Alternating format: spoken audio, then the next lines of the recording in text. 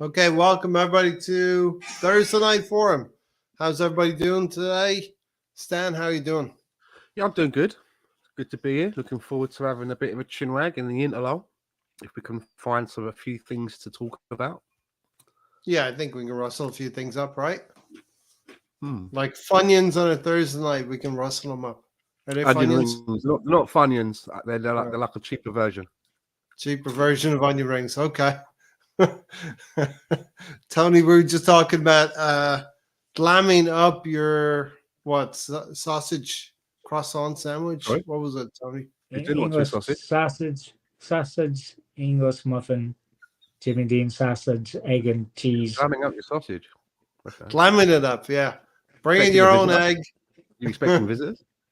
Bringing your own We egg. were talking about at the time. Me and my grandmother would go get breakfast at McDonald's, and we would get like either the sausage biscuit or the sausage muffin, and they were 99 cents a piece. And my uncle was like, "Get me a fucking sausage, egg and cheese McMuffin," and the egg fucking cost $3.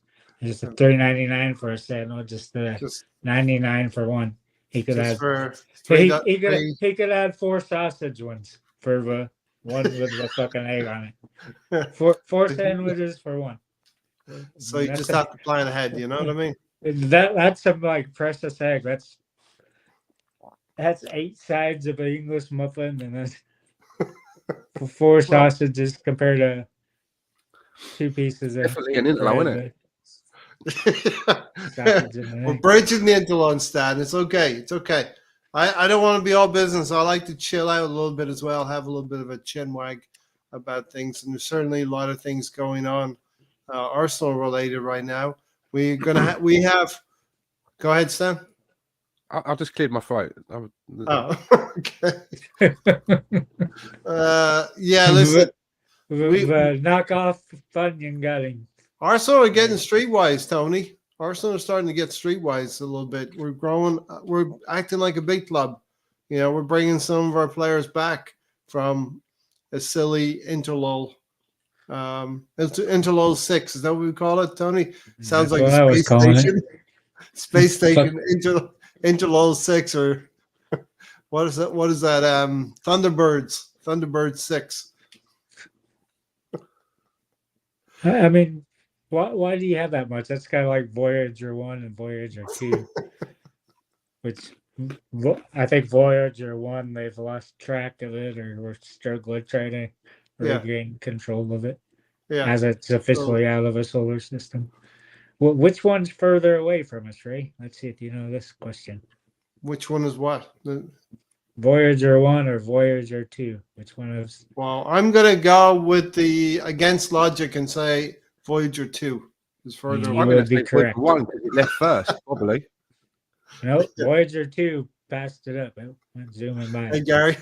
There you go. Anyway, tune in Yeah, next week. I would have thought Voyager 1 would have Tony Connor. launched first, Tony. Voyager Was 1 it one or two in the Star Wars movies?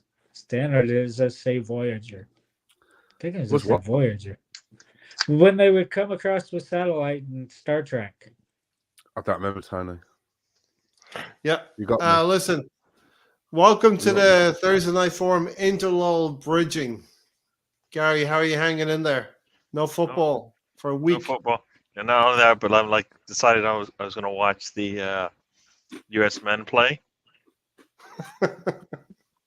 Supposedly, Jamaica is missing their strikers, but Jamaica has the lead. So there you go. Imagine that. The U.S. is at full strength, losing 1-0 at home. Well, aren't they friendlies? No, this is semifinals. Oh wow. Okay. All right, BX Gunner, welcome. Good evening, everyone, and welcome, Arsenal. Oh, there's Challenger. something about Tom in here. Challenger, Mr. Brownie. He was Challenger. Space Shuttle. Challenger. Okay. Tom has safely returned the 3 guests here on the podcast, the panelists. I was watching you all a little bit earlier. And good man, Tom. Brought him back safe and sound. Yeah, the Jamaica up 1-0 on the U.S. What semi-final of what, Gary? The CONCACAF Nations League.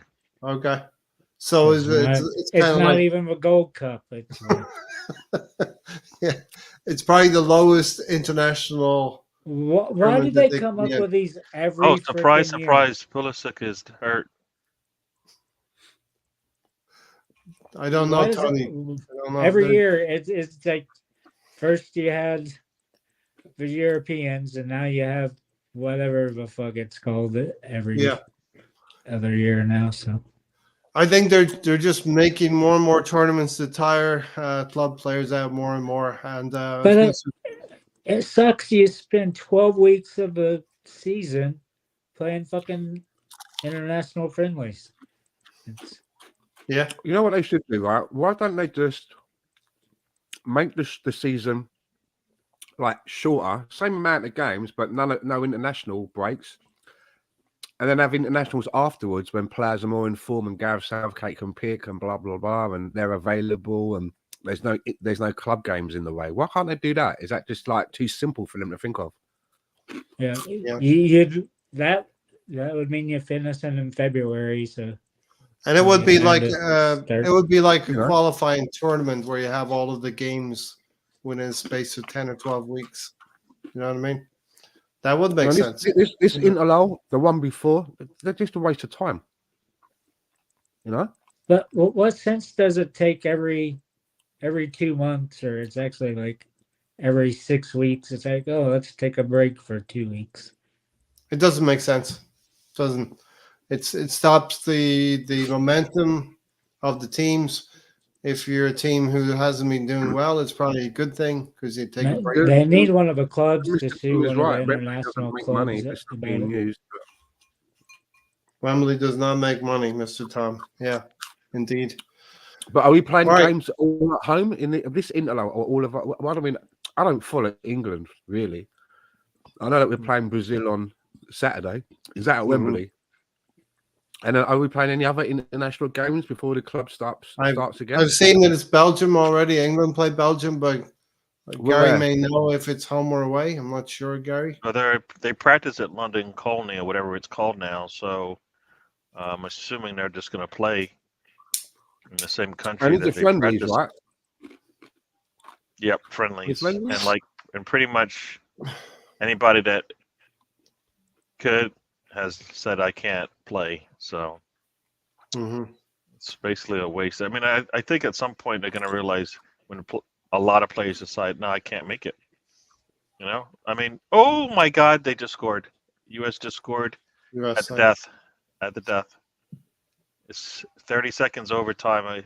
Mr. Tom's probably screaming at the screen because America got an extra 30 seconds of extra time. Yeah.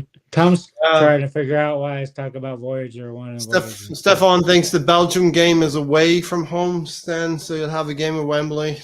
Not that it's a big consequence, but in Belgium away, they'll face Trossard, maybe? Oh my God, own goal. Trossard and his referee. Uh, I still want to know what language they were talking. Why in the world as a defender are you heading the ball? Are you moving towards your own goal? They do it all the time, Gary. They usually goes out sideways. It's the U.S. It's the UN's men's national team, Gary. That's why. No, Jamaica just scored an own goal to tie it up at the death. Maybe they should hold qualifying over a fortnight or a month period. See, Stefan, we've already figured it out how to do this. It helps with FIFA rankings, which are important to deciding what pot you are in when the tournaments come around. A good draw gives you a good chance to get out of the group stages. There you go. When you're growing up, right, we didn't have all these interlulls. You just had 2 of them. I'm with exactly what Stefan said. I just, I keep a very lazy eye on it. There was a time in the 90s I can remember going down the pub, watching international football, and Gareth Southgate taking penalties at injuries and stuff like that. I remember, but sort of as I got a little bit more older from then, I'm not really that fussed about it. Back then, though, I would love to. I've always said I'd love to experience England winning the World Cup just to see what it's like. Like to see what that would be like. but also Arsenal winning the European Cup, Champions League as well. They're the two things I'd like to experience. But Go with the Champions League. I'm just not. Yeah. And I like the way that Arsenal are kind of acting. We're kind of like Mikel Arteta's turned into Alex Ferguson. Yes. Because back in the day, man, you know what I mean? Fergie, if Fergie thought there was too much business coming up, Man U stuff, you didn't play international football. Yep. Especially this time of year. Tell him you can't make it. Get on the phone. Tell him you're fucking sick. Yeah, all right, boss. Can't make it. That's a good lad. Stan, with these 48 teams, with these 48 teams in the next World Cup, Stan, what teams do you think will be playing in Vancouver? They'll be like, what? Too early. What kind of question is that, Tony? No, just Man, what type of crappy teams that be showing up in Vancouver. So, Stan, when the international football starts, early, who are your favorites? It's early. Usually go into the past, but now you got into the future. You're like a quantum leap guy. If there are international, because it's going to be local to me. I know where it is, right? Whitecap Stadium. It ain't that far. I can walk to it, right? If there's games on there, I will go for the experience. You get tickets. To go for the experience. I mean, I've been to England games before as well. I've been to England games in Holland, where I lived in Amsterdam and that.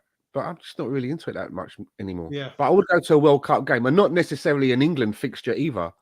I'd go to maybe a neutral fixture where I like the two sides, and I'd go just for the experience. More to see what the fans are doing and the experience of those two teams, right? Their cultures. You know? You will have to suss out how to get tickets, Stan. Won't be easy as well. 2 years from now? Yeah. 2026.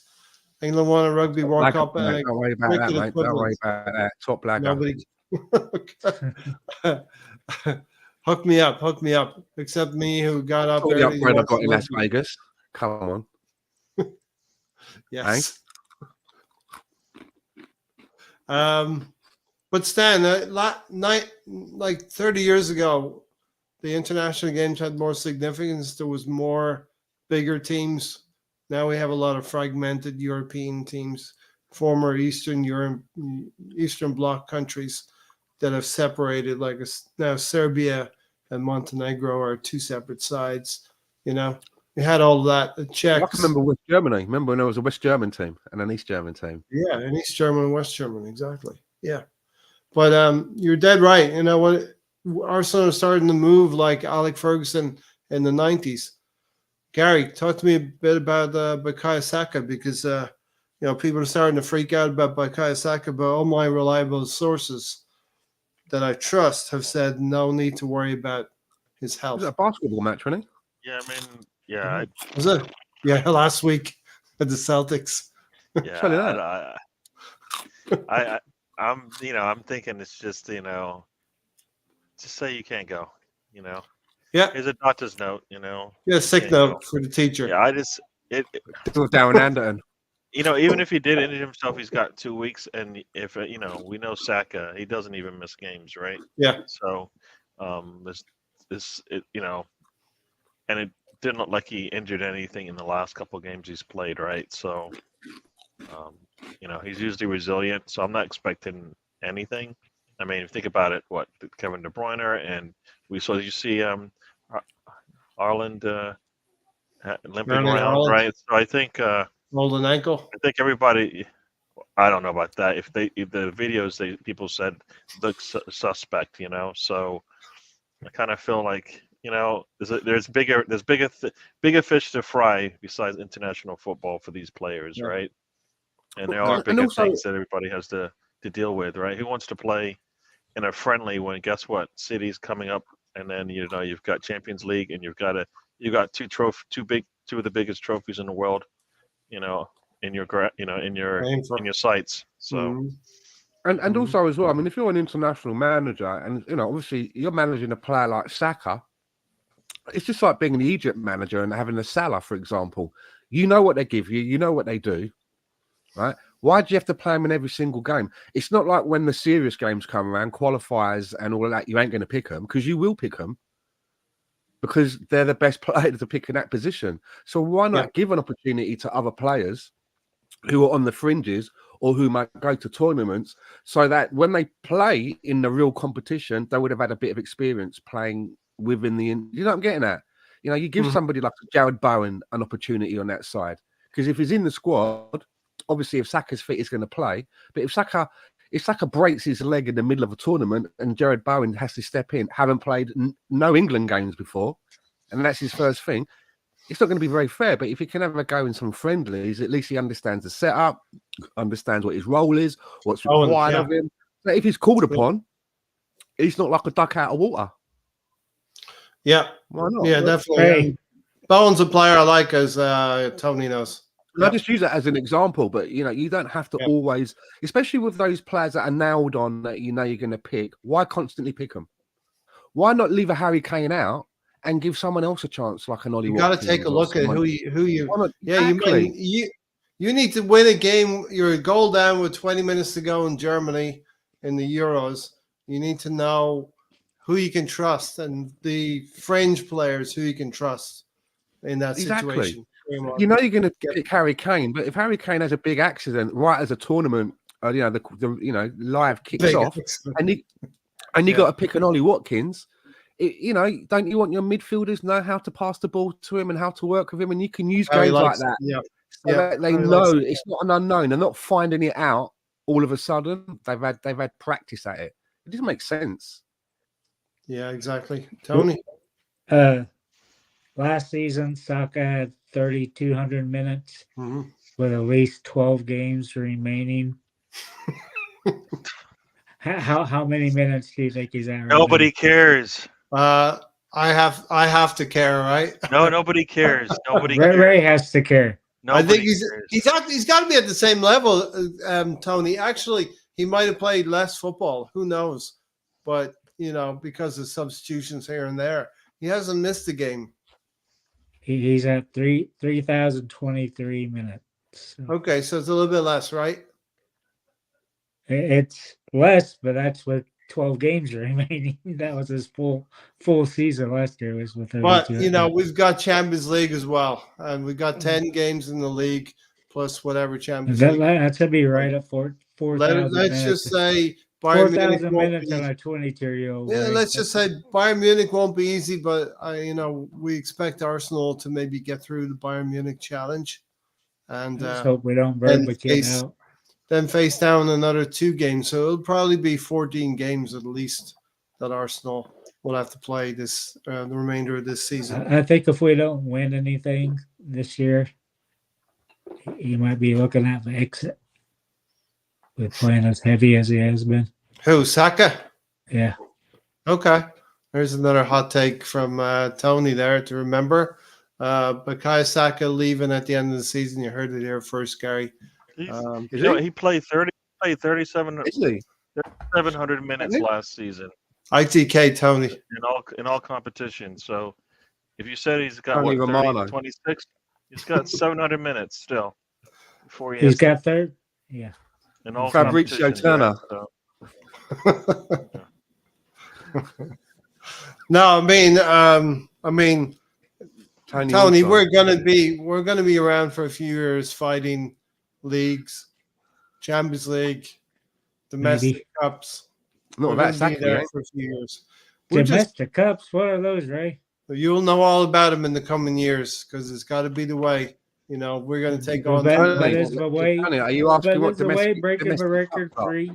Got 14 broke FA a record. Cup, Right, 3 years running, we beat the record of our quickest exit out of the domestic cup. Yeah, exactly. But we've also, on the other side of that coin, Tony, we also hold the record for most FA Cup wins ever. So, you know what I mean? Is the glass half full or is it half empty? It depends on how you want to look at it.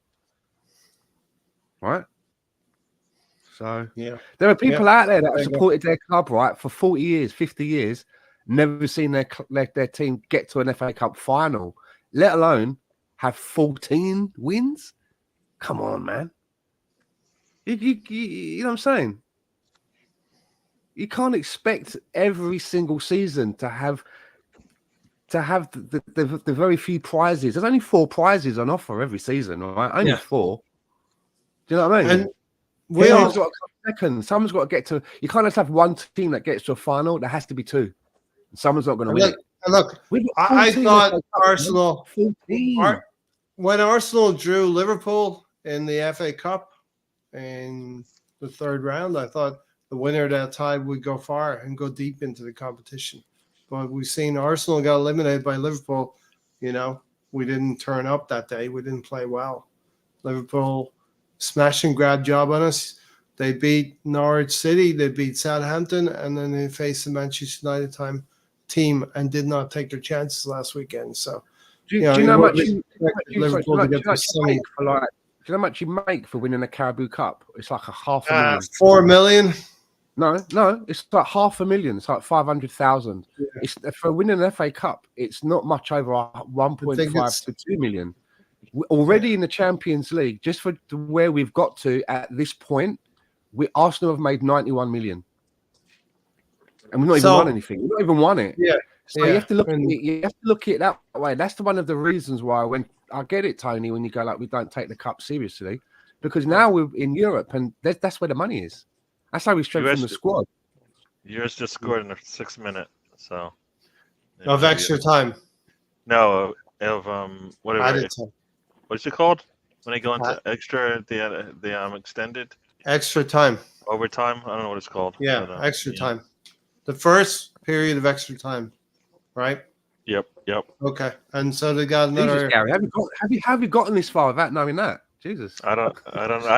My mind just went blank. It does that. I I purge imagine you watching 90 minutes of football and then the game goes into extra time and penalties and you're like, what's going on? It's like it's craziness. Gary, I wanted to say extra time, but I was like, I think I'm wrong. Gary, you're going to get to know it more and more as we're in the Champions League. No, I don't want every year. No. I don't want extra time. You don't want to be in the Champions League? No, I don't want extra time. Everyone's taking penalties. What's going on? I don't want extra time. I want. They're supposed to kick it over the bar, not under the bar. Hey, if you watch this game, you would see everybody kicking the ball over and wide of the goal. It's not an extra point. It's a penalty shootout. Hey, stop it. Yeah. It's spot kicks, Ray. But you see where I'm coming from, though, right? If the Carabao Cup is only going to get you £500,000 for winning it, and your focus, if you're in the Champions League, we've just got to the quarterfinals. We've cleared £91 million to get this far. Yeah. So I mean, that's what's down, right? That's Declan Rice money, almost. You know what I mean? Stan. Yeah, but look how much money we spent the last 4 years to get into the Champions League. Every team spends money to get into the Champions League, Tony. We're not the only ones that have to spend money. Liverpool have to be in it to win it, Tony. You've got to be in it to win it. Yes, we used to not be a BDS, Ray. You know what, Tony, we're not going to get into this position with players like Ainsley Maitland-Niles or Matteo Guendouzi. It's not even it's that. It's not going to happen.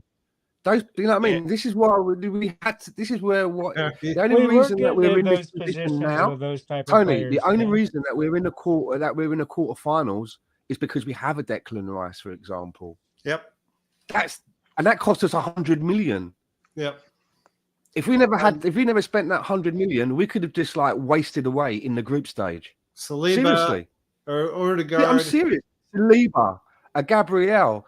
These people this is why we're where we are now. For spending that money. We still got there by the skin of our teeth. They outplayed us over 2 games. There's fine margins, but we're there. But they were. But we're there, Tony. Right, we were there. The best. When it's just like moonwalking. I'm like, yeah, just moonwalking in. Yeah. The best 16 teams in Europe, Tony. Maybe next season when we do it, it won't be by the skin of our teeth because we've had this season as that experience, and maybe you will approve of the way that we qualify. Tony, I'm so sorry that you don't approve of the way that we are qualified, Tony. That it wasn't in a way that everyone's taste. All right, Tony, Stan, I'll go with you first. Would you swap 14 FA Cup wins for a Champions League, Stan? All 14 of us. All 14 of them. All those memories. All those memories. That is a record, and we still have an opportunity to get a 15th and a Champions League. So no, I wouldn't swap it because we can still earn it. Herbert Chapman winning the first No. trophy for Arsenal was No. an FA Cup. You No. know, That's too many moments. 71, Charlie Too many. George. Yeah. 79, the 5-minute final. If we'd Lee only Brady. won one or two, you know what I mean? If we'd only won one or two, then my answer would be different. But the fact that we hold a record, and I Yeah. really want to get a 15 because 15 All is right. a better number than 14. What number would you swap 3? Would you swap 3 for Champions League? I probably would. I'd pick swap 3. 2. No, I'd swap 2. Tony, would you swap 14 FA Cup wins for Champions League, Tony? Mr. Champions League, Tony? I would probably sacrifice 4. I'd say about 3 myself. So, Gary, what do you think? We'd like to have that, pedigree of being able to say we won big years. Gary just say 5 or 1 to line up with the 3 of us.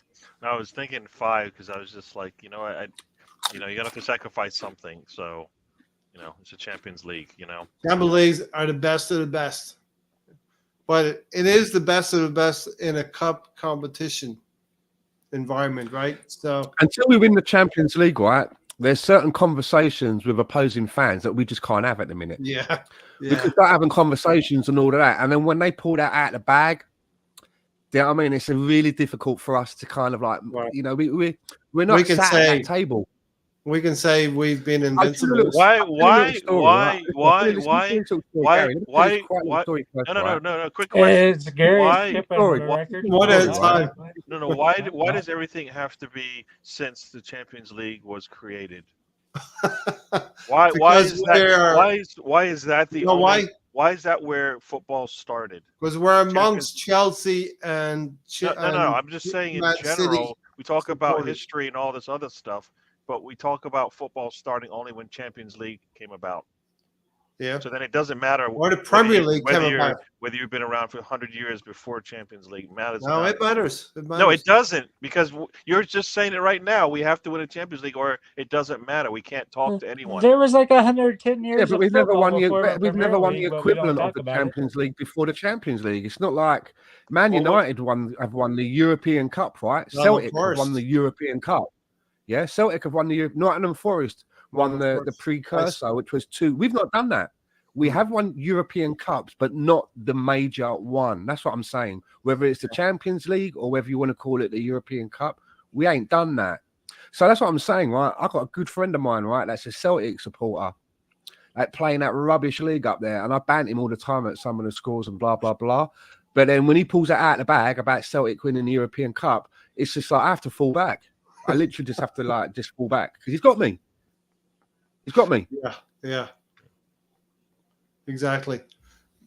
Look, That's Gary, Celtic. we can Celtic. say You know what I'm saying? Celtic. I think there's a lot. I think there's a lot behind being an invincible as well. I think that is probably a more Mileage. difficult achievement. It's probably more difficult to be invincible in the modern. Yeah, that's not era. nothing about Champions League. We've got to sit at a certain table. With the Invincibles, there's only us at the table. We're like, there's no one else. It's just us and this huge table. It's like, okay. Is yours golden? Is yours golden? How Exactly. difficult now? How difficult now is it if you're Man City who've dominated things for 6-7 years, you're Liverpool who've dominated things for 6-7 years, and they have not gone invincible. What they reached, Ray? 40? 40 what? 40 games. 40 games. I think Liverpool, when they went on that run, they went 28, 29 games, something like that. I thought it was 40. I thought they were. No, if it's ready to 40, pass that's a us. full season. Do you know what I mean? It went over a whole season. Like our run was like 40. Oh, our run was 49, Tony. Yeah, they got up to 44, something like that. Yeah, Or- we got 49.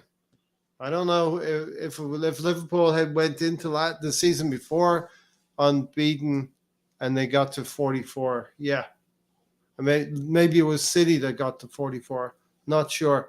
You're on a level with the European Cup on the honours list. So, Gary, we'd love to do this, right? The Champions League for first and foremost, let's talk about Champions League. Love to get this. And I always felt under Arsene Wenger, he never really pushed the boat out to go and win this Champions League. Say what you like about Arteta, love him or hate him. I think we're building a team, and we're now in a position where we're probably going to be moving some players on. It's to Gary first. We're going to be moving some players on, Gary, that we're going to dislike maybe in the summer. Emile Smith-Rowe might be a player that has to go, but it could be in the good of the team. Yeah, I don't know how anybody can dislike that move. He doesn't Just play. sentiment, right? He doesn't play for us. Yeah. He gets a shirt, but he never plays for us. So what are we missing? Nketiah, what are we missing? Nelson, what are we missing? All right. I mean, El Neni, we know is getting old, and it's time for him to move on. So he's gone. So that's 4 players right there. Is Partey going to stick around? Do we want to work with that again? Probably not. No. All right. Ramsdale, we need to get as much money as we can for Ramsdale. Is a starting goalkeeper who has taken his team to the Champions League. He is worthy of a big chunk of change, as they say. Played in the Champions League, one game.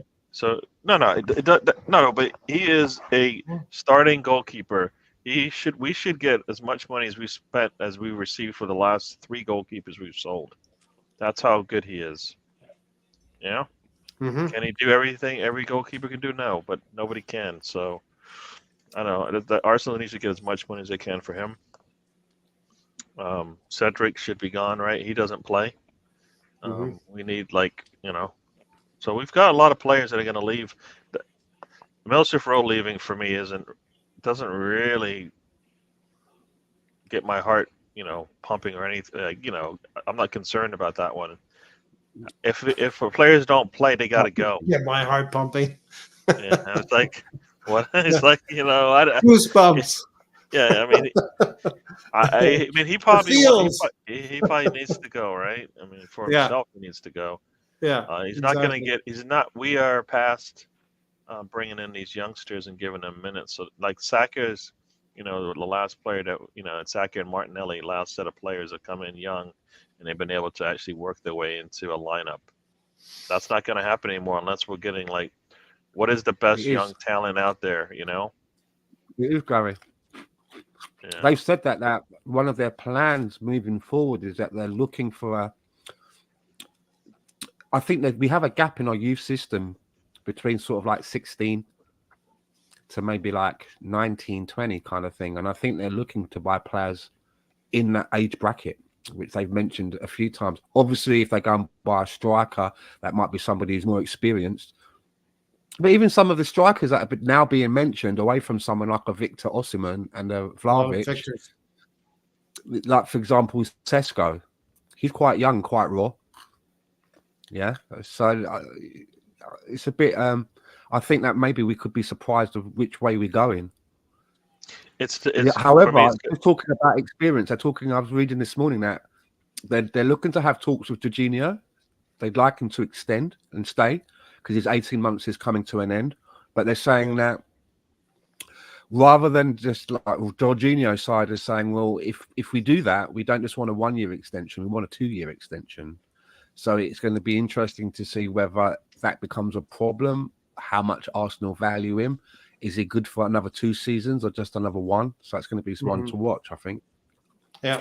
I mean, it's either I was going to say it's either you get Kimmich or you extend Jorginho. Yeah, Kimmich has been spoken so about. they both play the same area of the pitch, same positions and experience and all of that. So they've got options, right? Kimmich does that, doesn't he? Kimmich can do the 8 and the 6. He's a few years younger, isn't he? He's 29, which gives him a little bit better in his legs. Probably can play more games. But why can't we have both? Because if you think about it, that was the whole thing with Partey, right? Yeah. Why can't Jorginho kind of take up the Oneni role? He's there. He's there. He can come, maybe have a few more appearances, and Kimmich can come in and do a little bit more, take over where Partey is. Yeah. Partey's going to go and Elneny go. Kimmich and Jorginho extending could be that could help shore that up. We've got Declan Rice in there. Perhaps there's an argument that we may even bring in another player. Yeah, because we really need that other 8, and right now we don't have it. Right, Jorginho can't play. Well, Jorginho can only play once a week. I don't know where Kimmich is in his. I think Kimmich would be better. Kimmich is better there than a Partey. Kimmich is probably better there than an Elneny. So you know what Arteta's like. He loves a player that can do more than one thing. He loves that, doesn't he? He loves a bit of that.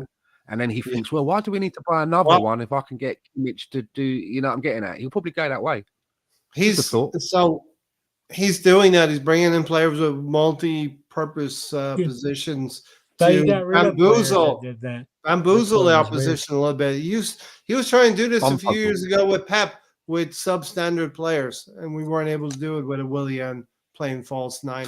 Now we can play false 9 with a Trossard. The difference between a Willian playing false 9 and a Trossard, big difference there. You know what I mean? Brownie said something here I'll take a little bit of an issue with. Brownie, Man City have the same amount of Champions Leagues as Aston Villa. Remember,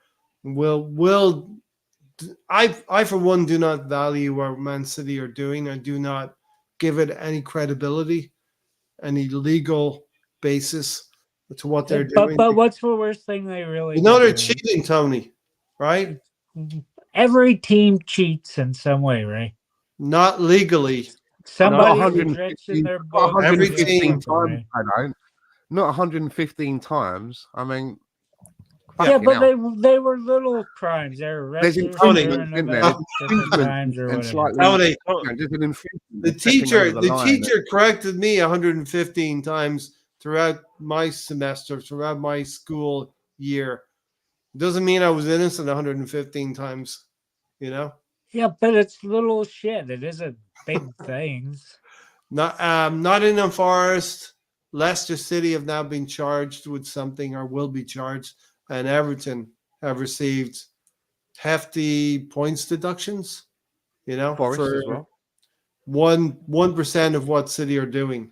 So but the fact that Chelsea crimes are different, right? The fact that Chelsea and Man City have not been addressed yet, their misdemeanors, I cannot say, Brownie, that I equate what Man City have to Aston Villa, because Aston Villa have done it. Legally, it will come out.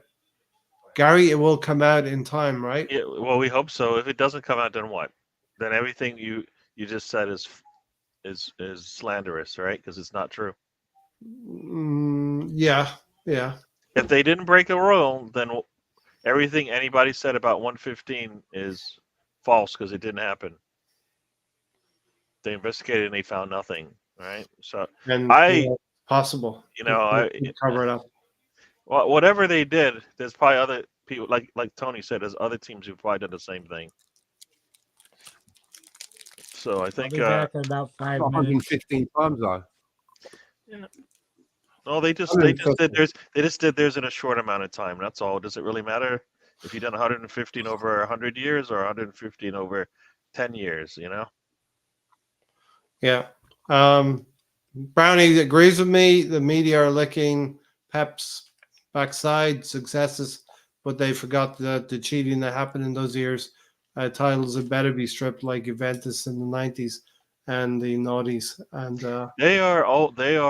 they are basically ambulance chasers, right? When there's something crazy going on, they're chasing it. So they're not gonna. Right now, the golden goose is Pep has one of the best teams in the world, right? So that sells, right? And then they still get bad calls, though. Huh?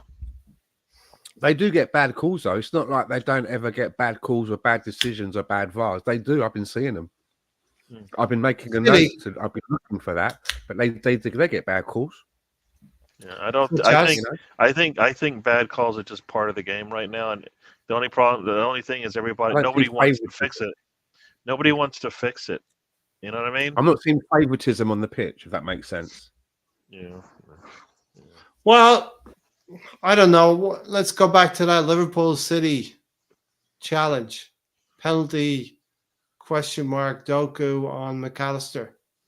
We've seen that right in the last couple of days, where the VAR audio has come out. The referees basically. We heard that. We heard the exact same thing in the Newcastle game. They Yeah. basically called it, or trying to say, they're, instead of actually being subjective, they've Yeah. already told them what's going on. Yeah. That's not for them to say. The referee's already said, "Not for me, mate. Not for me." To the VAR crew, he's already No, said but the VAR crew should say, you need to take a look at this, and that's Yeah. it. That's it. But I think what also happens is the VAR person is like, I thought the VAR person in the City match basically said, or you said the referee said that, but I think sometimes they actually have already, they've already hinted to where they want this thing to go. It's not their choice, right? And Yes. the referee should be able to Influence. change. The referee should be able to change his mind if he sees Yep. video proof of it, right? And I like the fact that they look at the video, they listen to the audio, and then they come back and say, "Look, they screwed up," and nothing changes. It's like, what?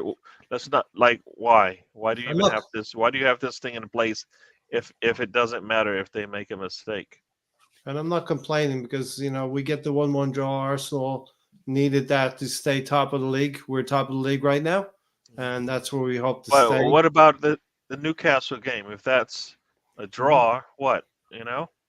Then we're That's, a point clear.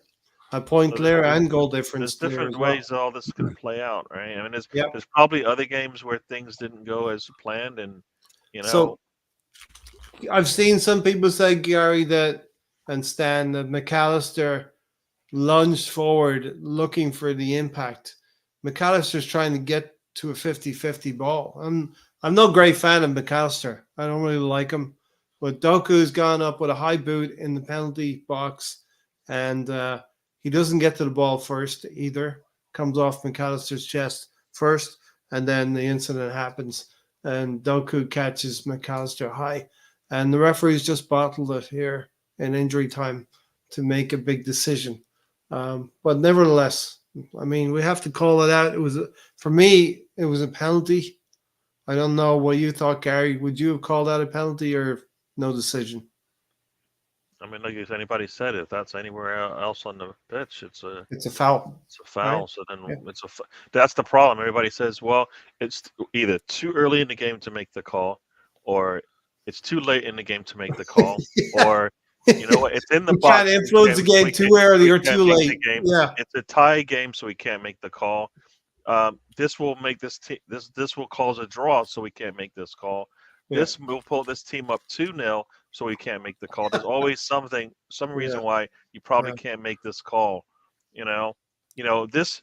So, I Crazy. that's why one VAR and the referees need to be separate entities, I think, or else it doesn't. You just basically got the same mess on the pitch up in the box, right? So, and there's no accountability. Nobody's lost their job. Actually, really got punished for it, right? Nobody's got punished. No. The man got punished for it, and they said, "You know what? Here, we'll put you on VAR," which is part of his job. So it's a job. So they didn't actually punish him. Look, Stan, you do movies for a living, right? I'm going to punish you so you can't do movies for a living. But you guess what you're going to do? You're going to do TV shows now. Yeah. Go on, give us a job. As if I would lower myself, Horrible. Gary. It's horrible. Sorry. As if I would lower myself to do a TV show. All right, so that's our VAR watch, and I don't know if you saw Michael Owen and Howard Webb explain that one away as well. That was ridiculous. No, I spared myself of that ordeal. Thank you.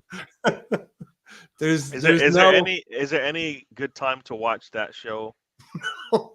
Yeah, if you decided that life is just too much for you and you want to end it all, and you're just looking for that final nudge. I mean, it's Michael Owen. Watch that. I mean, Michael Owen by himself will be bad enough, but put him in with Howard Webb and forget about it. You know what I mean? Yeah. And any other company people would be locked up to do such a thing. Yeah. The amount of people they found dead in front of their TV sat in their armchairs is ridiculous. But anyway, allegedly. Yeah. Anyway. Spontaneous combustion is caused by Howard Webb and Michael Owen. As people. So anyway, right? Can we talk about some Arsenal related stuff now? Because there's Yes, a couple we of things can. I thought. Yeah. So let's get straight into it because it's an interlull, right? It was talking about that, there's a couple of some England issues that are regarding the Arsenal. And the first one is, if you remember on this very broadcast about a week or so ago, and the news had just basically landed, hadn't it, about Ben White? Gareth Southgate had done his press conference saying that he got the call from Edu. I can just imagine Edu, big cigar, flipping over a steak. Hey, got it. What's happening, my man? Telling him that Ben White no longer wants to play for England. And then if you remember towards the end of the show, I said to you, do you remember what I said? I said, Interlull's coming. I said, it wouldn't surprise me if all we're going to hear is people coming out and saying, Ben White this, Ben White that. It's a disgrace he doesn't want to play for England. And you went, nah. And then we moved on. And then literally 24 hours later, it started. Remember, I sent you a message, and it's ridiculous. You got the Harry Redknapp's. It's a disgrace, isn't it? Do you know what I mean? Don't want to play for his country. He should never play for him again. Yeah, it's always people that are from a certain, it's a disgrace. What a disgrace! Who does he think he is? Yeah, he should be playing for England. And I'm personally like, do what you want. And I'm not just saying it because he's an Arsenal player. I'd say about other players. And he's not the first player to say that they want to play for England. There was a player, I can't remember who it was, under Fabio Capello, Ben Foster. He got asked to play for England. He didn't want it because he didn't fancy Fabio Capello. I just think it's up to Ben White. It's up to him how he wants to spend his time. And you have to remember, though, that, there's evidence out there that the very first time that he got picked, and we are talking about someone who people keep saying that, he's not really interested in football that much. It's just a job. Yeah. Well, there's tweets out there about when he first got his first England call up, how he was crying, his mum was crying, his dad were crying. They were all crying. It was like the rivers of Babylon. So, it showed you that it does mean something to him. And there's obviously a particular reason why he doesn't want to do it under this particular management team. And that's down to him. That is down to him. I'm not just saying it because he plays for Arsenal. I would say about the other player, I think it's up to them. It's up to them. And I don't need to know their reasons. And I'd like to. I'm interested because I'm a bit of a Dot Cotton. I like a little bit of gossip. I want to know what's going on. But really, though, it's up to them, right? If they don't really want to disclose that. As long as they're, turning out for Arsenal and still doing the business, that's all I'm really concerned about. So that's what I think about it. Yeah, no, I was going to say that I think it's definitely been taken out of context what Ben White said or how it was said. Yeah, because it just sounds like a man who says, you know what, anybody who's in in an office job, they talk about work-life balance, right? Yeah. That's basically that's what he was doing. That's where Ben is. Yeah. He was basically telling you, you know what? When I'm here, I work. When I walk out the door, I got stuff to do. Yeah. Maybe that's even being overblown, Gary. I think some of that is actually maybe overblown as well. It's been too, over embellished. Like people are like, he'd rather be on holiday than play for England. I don't necessarily believe that's the case. Do you know what I mean? No, well, what I'm saying is, he would never have gone there in the first place. He would have said no the first time. He would have like, do me a favour, mate. I've got tickets to Pasha and Ibiza. Yeah. Stan, when you're doing a job and you have to remember all these lines, do you do that like 24/7? So like when you come home, you're chatting with your wife. Do you have the lines up and you're reading them? And you have her involved in them? Fires up the Barbies. Or do you put the lines down for a bit? Actually, Gary, my missus does a lot of off reading for me all of the time. She's the one that actually does all of that shit. Oh, maybe it's not a good example. And she's actually better than it than I am. Well, there you go. I'm like, can you do that? Can you do that? Work, please. I don't want it to. Can you do that with a Harry Redknapp accent? You know what? Yeah. You are a bad example then. All right. But you know what I mean? Like, does she bring her work home? Does she bring her work home for you and like have you do the work? You know what I mean? Like, there's some things that people just like. I close my laptop and then I'm done. So that's a problem. She has you doing work for her as well. So you guys are not mutual. me having the bit. She does bring it home. But go on. Sorry. Okay. Yeah, no, but you know what I mean. I think a lot of when you go out for drinks, you're not thinking about your lines, are you? She's behind you. No, you're not. You're drinking a beer with your buddies. Yeah, You're you're not. chilling You're not for a asking them to help podcast. you with some lines for your play. For your No, I know show. what you're saying. I know what you're saying. There's I know got what to be you're a saying. separation, or else guess what? People burn out, Yeah. and then you wonder why people just walk away from the game. Like we've seen it over here with the Detroit Lions. Barry Sanders and Megatron, two Hall of Fame players, basically said, "I'm done. I'm done playing football because I don't Mm, like it." And that was more because of the losing. team. But still, Yeah. it's the same thing when you're like, I can't do it. I can't do it. 70%. I have to do it 100%. I can't do 100%, so I have to just quit. You know what I mean? Let me So ask I a think he's question to like, what Mr. Tom says here. yeah. What you're Mhm. saying there, Mr. Tom, I can know I what you're just gonna ask say. you to clarify? Can I ask you to clarify? Does that mean Yep. like that's it? The door is shut forever, or are you Through talking about managers. under that particular management team Yeah. that got blanked? If the management Right. changes, can that player, if they want to, be considered again? I just want to know what If you a mean by player's that. been unprofessional, then you would say he shouldn't be there. But if the coaching staff was Oh, unprofessional, that's basically what Ben White is, what people are saying about the way he was treated, that it wasn't Yeah. professional. And Yeah. that's why, I can't deal with unprofessional people. And if that's the case, then what's the difference?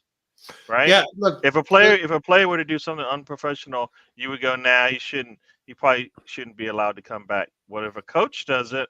What, it's okay? And They Ben White close. hasn't done They anything close but said, ranks, you know what, Gary.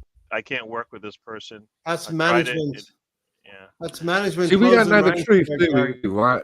And basically, what we've all heard is right. Let's all talk. The allegations are, and we don't know any of this to be true. Is he was unhappy with the amount of minutes he was getting to actually play. We don't know that, but that's one thing. And apparently, as well, there was a situation with Steve Holland, who, in front of the rest of the squad, maybe dressed him down and said, are you not prepared well enough for this? Are you taking it seriously, or something of that nature? And again, this is gossip and rumors. We don't know. None of us were there. And if you remember when Gareth Southgate said, and I've heard that they've mentioned Steve Holland, and I don't like that. Well, Yep. maybe you Yep. don't like that, but maybe that's what happened. Who Pull knows? his neck in, then, Gareth. You know what I mean? All we know is the official line is that he withdrew from the World Cup squad to personal reasons. That's what they said. And then now all we know is that now the management are telling us was that he is reticent. That's what Gareth Southgate used the word is about Ben White. He said he was reticent. Yep. He felt that he was reticent about being in the squad. So that's it. And I think it's down to him.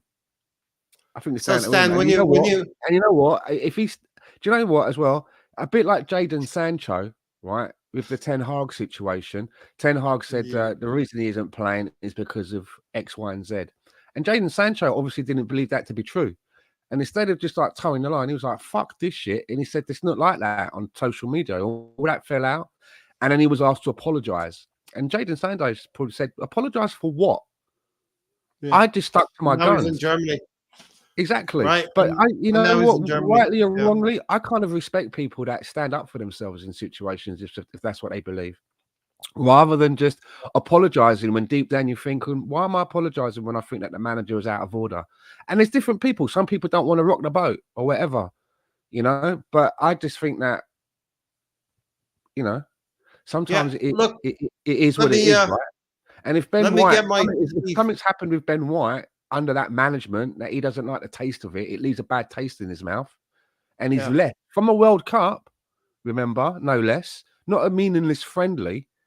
Then it's up to him if he's got those morals and beliefs and doesn't want to go back. It's not like he's been walking around slagging everybody off. He's not said a word. Yeah, let me get my teeth into a lot of stuff you said there, Stan. And last week on Thursday Night Forum, you were right. You said, hold on, Ray, Ben White's going to get a lot of flack here. And I said, nah, it'll be okay. It'll die down. But yeah, you're right. It's a quiet week. And they've been talking about nothing but Ben White. I do think when we get into actually playing games again, playing football, that he won't get much abuse from the stands, but we've got has-been media people, ex-players talking about it and giving them loads, right? You're right. I don't know. I think he might have just picked up on something. I mean, opposition fans would use any tool at their disposal to help their team on, and Yep. you know, opposition fans, like match-going fans, a lot of the loyalists, they're very vocal. Who knows whether there will be things that may be said in a way to try and put him off of his game. When we go to the Etihad, he's going to hear about it. Maybe that is yet to come. Who knows? Yep. Maybe by time we get back to playing football, maybe it would have died down. Maybe England results and what happens with the actual England team will take a bigger news and things may die down. Hopefully, that's what I wish for, because it is noise. And now looking at it as an Arsenal fan, we're getting into a sharp end of the season. We're sitting at the top of the league. I really don't want to have, when we start playing games again, especially going into that City game, have any white noise in the background distracting from the job. But I think, like George Graham back in the day, or Mikel Arteta will use that to. Alex Ferguson would use that to his benefit. Close ranks here, boys. It's just the people in the room that you're gonna rely on now, and we've all got Ben White's back. You know what I mean? As Tom said, I believe a new contract as well. I believe if a new manager, he just signed a new contract, and if a new manager comes in for England, and Gareth Southgate, I believe, is leaving in the summertime, right? So there's been some speculation about Manchester United. Go get him, Man United. Go get him. That would be the final nail in their coffin for them to get Gareth Southgate. That would be. He'd be like, right, Maguire, I'm going to extend your contract. Here's a 10-year extension, Maguire. Harry, you're the club captain again. But listen, I think if there's a new manager comes in, Ben White may be looked at in a different way. Gareth Southgate's first signing, Jordan Henderson. The coaching, Jordan, back from Saudi Arabia. The coaching setup would be different. Ben White might have a chance, and Trent Alexander would probably play in midfield. And the whole reason for this, Gary, is that Ben White did not see. There's a couple of things, right? Ben White did not believe that he would be able to, in Gareth Southgate's mind, get Trent's position. Right? We don't know that. We don't know that's what it is. That's not it. But there's plenty of things. You know what? We have no clue. Right? Yeah. Carl Walker. Really and truly, we could be. No, we're just talking. When we talk about there's like the fact that he brought up his assistant coach in that discussion means that there was something there. No smoke without fire. Right? He wouldn't have brought it up if it wasn't. He would have just said it was my decision. Right? He wouldn't have said anything about assistant coach. Exactly. Why even bring it up? Harry. No, think about it. You like Miss Marple. It has nothing. It has nothing to do with that assistant manager, but you're going to bring his name up. Look at Miss Marple. Yeah, you don't need to do little details. I like that. Yeah, that's good. If there's nothing in it, why bring it up? Why add that? Why put that onto the fire? Exactly. Yeah, I like it. Yeah. So there's definitely something there. Whether we all Ben White's our player. We know he is. He'll look. He gives you that look, and you're like, basically you're a dick, The geezer wears a crucifix earring for fuck's sake and gets away with it. He pulls that shit off like it was 1982. Yeah, Fair play to the man. No, he's our player, so we're okay with it, right? But other people aren't gonna be happy about it. It's like the stuff that any other player that does stuff like you see it and you're like, how in the world they do that? But you know what? Their fans are happy. Listen, right, for a guy that allegedly doesn't like football, he comes to Arsenal, which is obviously a step up from where he was. It's a big team. We're trending upwards, as Gary likes to say. And he's coming in as a central defender. That's what he's coming in to play his trade, as a centre-back, right? Mm-hmm. All of a sudden now, the partnership of Megalegs and Saliba, something's got to happen. What does he do? Does he kick up a fuss? Does he start whining? Does he throw his toys out of the pram? No, he retools himself to make himself a quality right back in another position.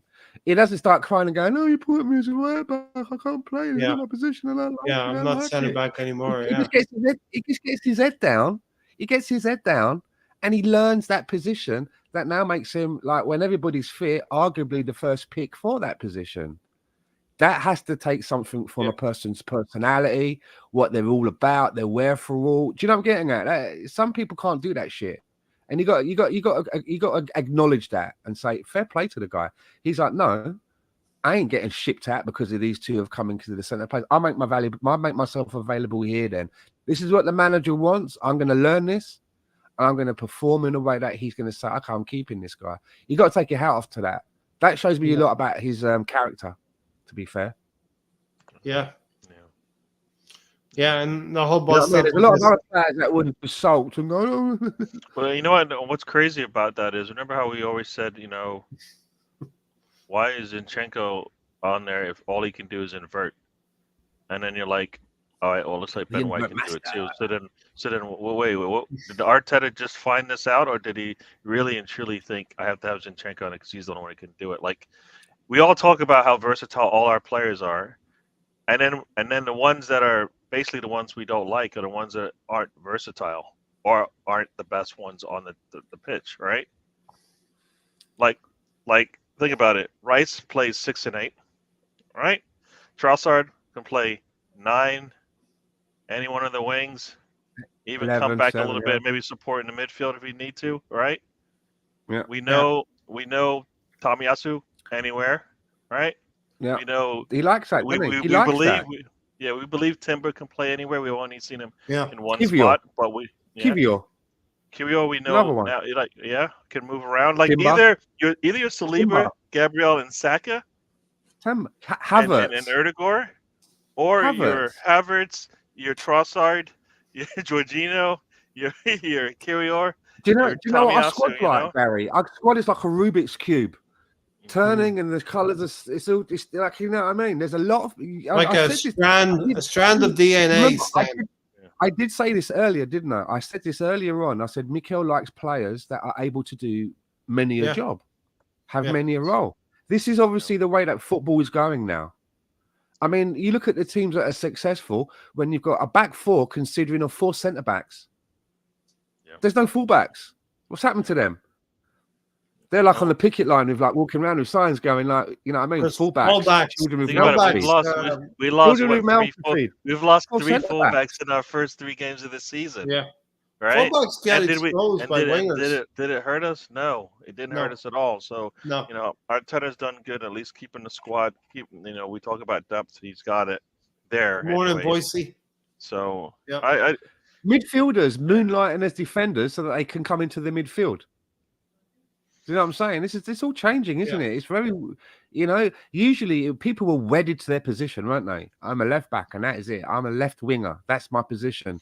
You've got to be able to be a lot more flexible in today's football. And that's why I've said as well that, we always used to look at the starting 11. Who's your starting 11? And then you've got those 5 or 6 that are there and thereabouts as a supporting cast. It's a squad now. So what? It's not a starting 11; it's a starting 25. They've all got to be able to be starters. They've all got to be good enough to be a starter. What we have now is a spine of a team, and there are peripheral parts of that Mikel Arteta can do. You think some we've got things. a spine? I still think their head's a bit shaky. The head's shaky, but we've got a spine in the goalkeeper at the base. Yeah, we've got David Raya as I think. After our double penalty save, that really gives you money in the bank now. That gives you that should shoot down naysayers who sit back and go, okay, fair enough. I'll wind my neck in. And then ahead of that, we've got a solid double defensive part there of Gabriel, Megalegs, and William Saliba. Probably the best in the league. That's the next part of that spine. And then we've got Declan Rice. Declan Rice, maybe Jorginho. I would say that's the next part, and then ahead, and then after Declan Rice, you've got Odegaard. Mm-hmm. Do you know what I mean? Now we're at the base of the neck, if that makes any sense. Like the base of the neck. Now we get to the head. The head for me is really like what's happening there? Three-headed. Is it Gabriel Jesus? Hydra. Is it Jesus? Is it's not Hydra because we don't really have we actually don't.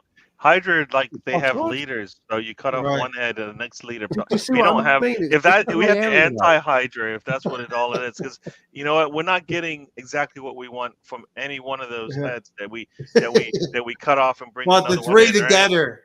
You know, you No, put it. we can't play them together, so it doesn't work. That's how this thing. Whatever you plays had out. you use, it seems to be working right now, Gary. Whatever head we're using, No, you no, know what I I mean? think, like you said, I think yeah, he hopefully just he realizes is that he needs an 8, and he needs someone to play that center forward role, whatever that is.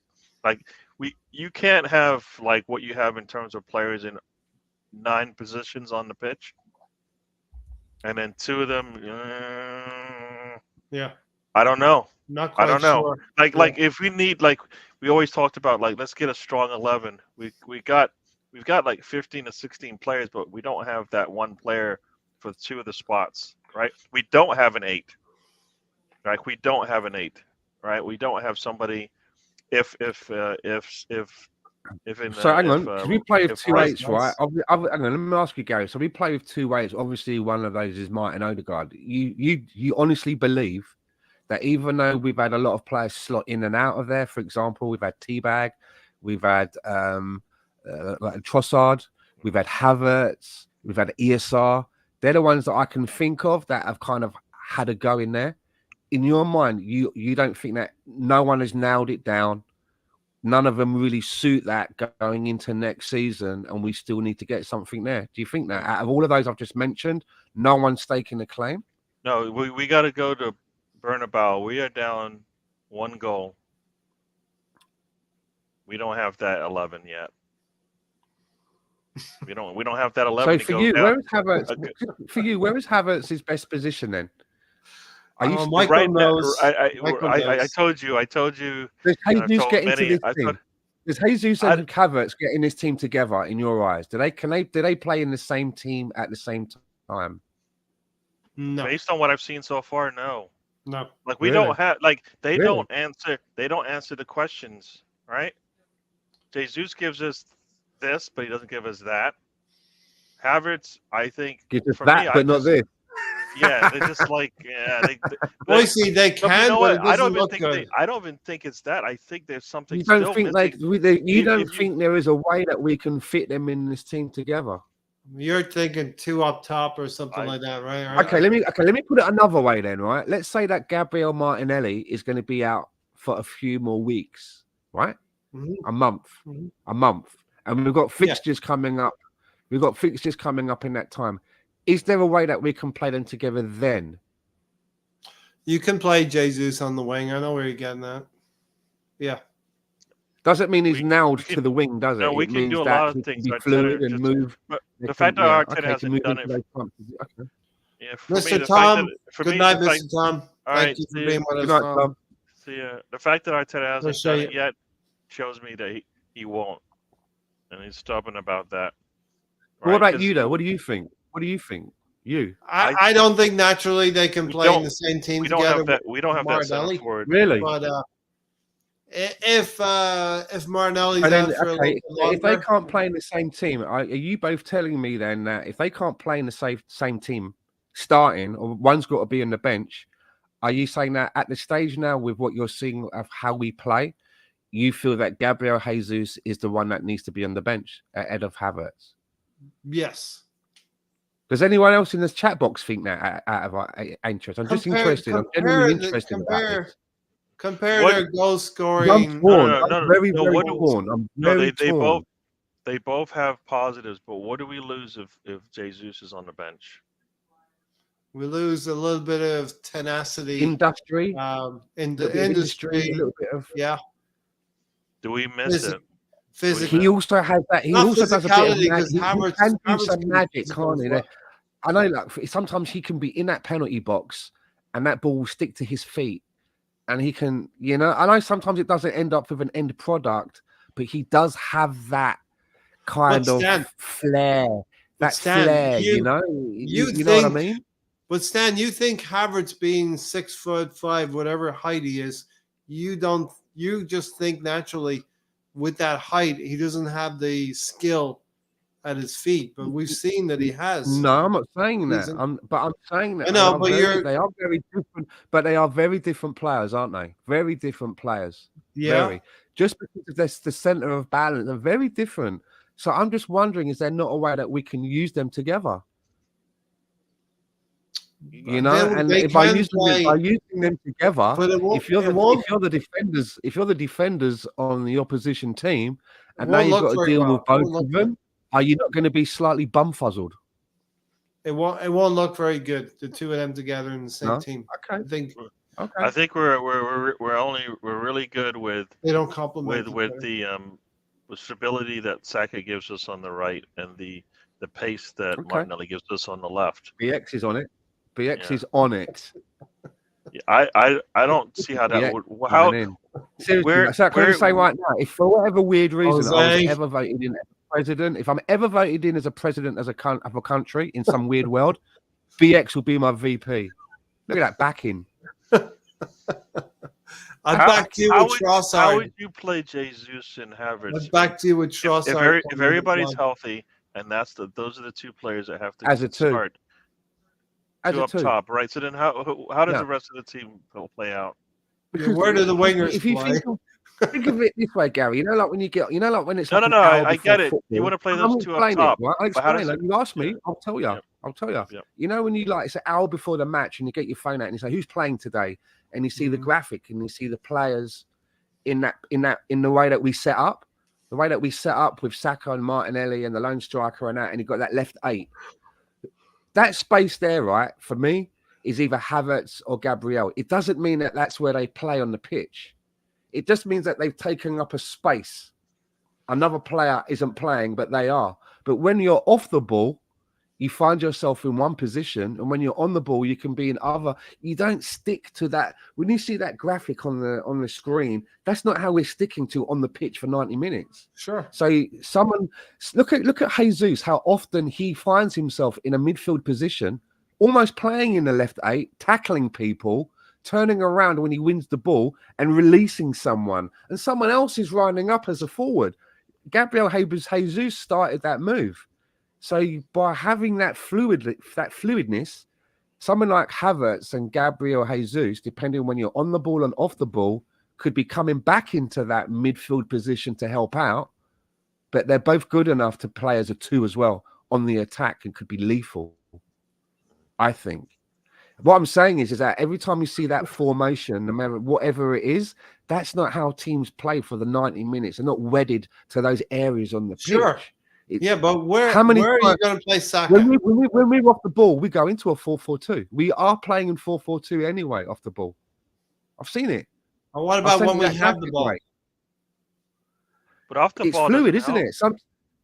Sometimes you have players interchanging, like Martinelli and Gabriel. Sometimes you'll find them in different positions. It's fluid. So there's certain aspects of the game where you find yourself in a 2. There's been times when Odegaard has been a striker in the game. There's other, you could pause it, and Odegaard is playing in the striker's position. And I've only seen Jesus and Havertz combine once this season. That was against Luton Town for one of the goals. Could you imagine 6-foot Havertz nodding the ball down for Jesus to run onto? He did that one time for Luton. What I'm saying is, it does involve tweaking the system to incorporate that, but that's what managers do. And as I just meant, it could be mouthwatering. Someone like Kai Havertz getting into positions, bursting in from the midfield, nodding balls down for someone like Jesus to run. You're messing with a team that's won 8 games in a row.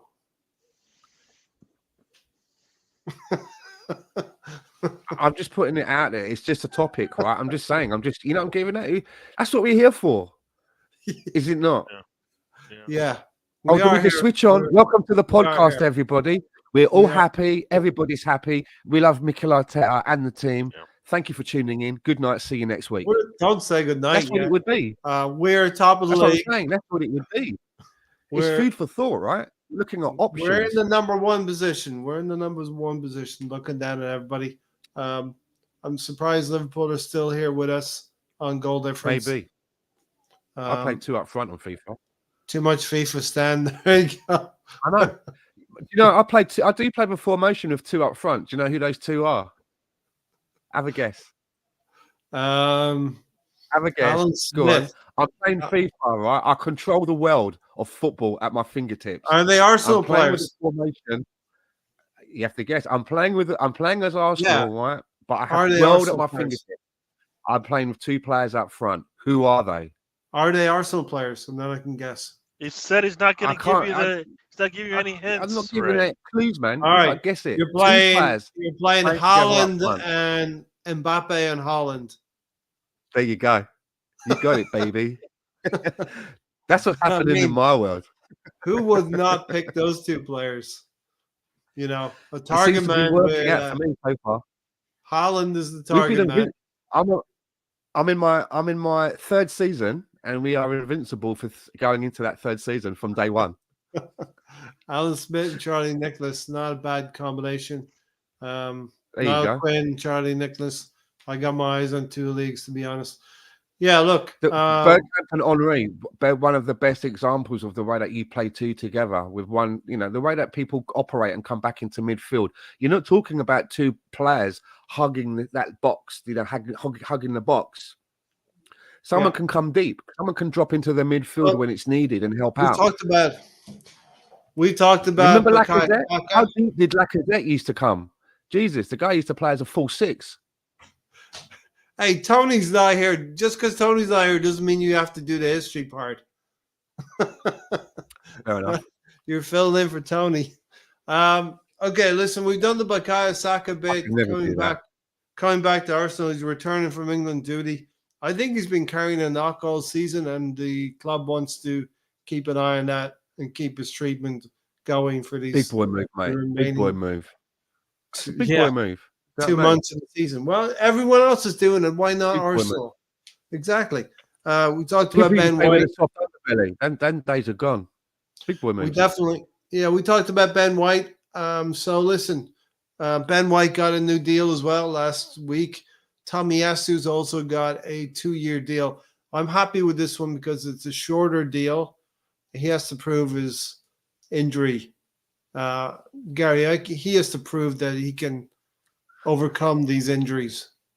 Tomiyasu. You know, the fact that he hasn't played and he's still got a contract makes you wonder. It's like, why are we doing this? It's a shorter contract. No, but it's just like the securing your fee if you sell him. The visuals don't even look right.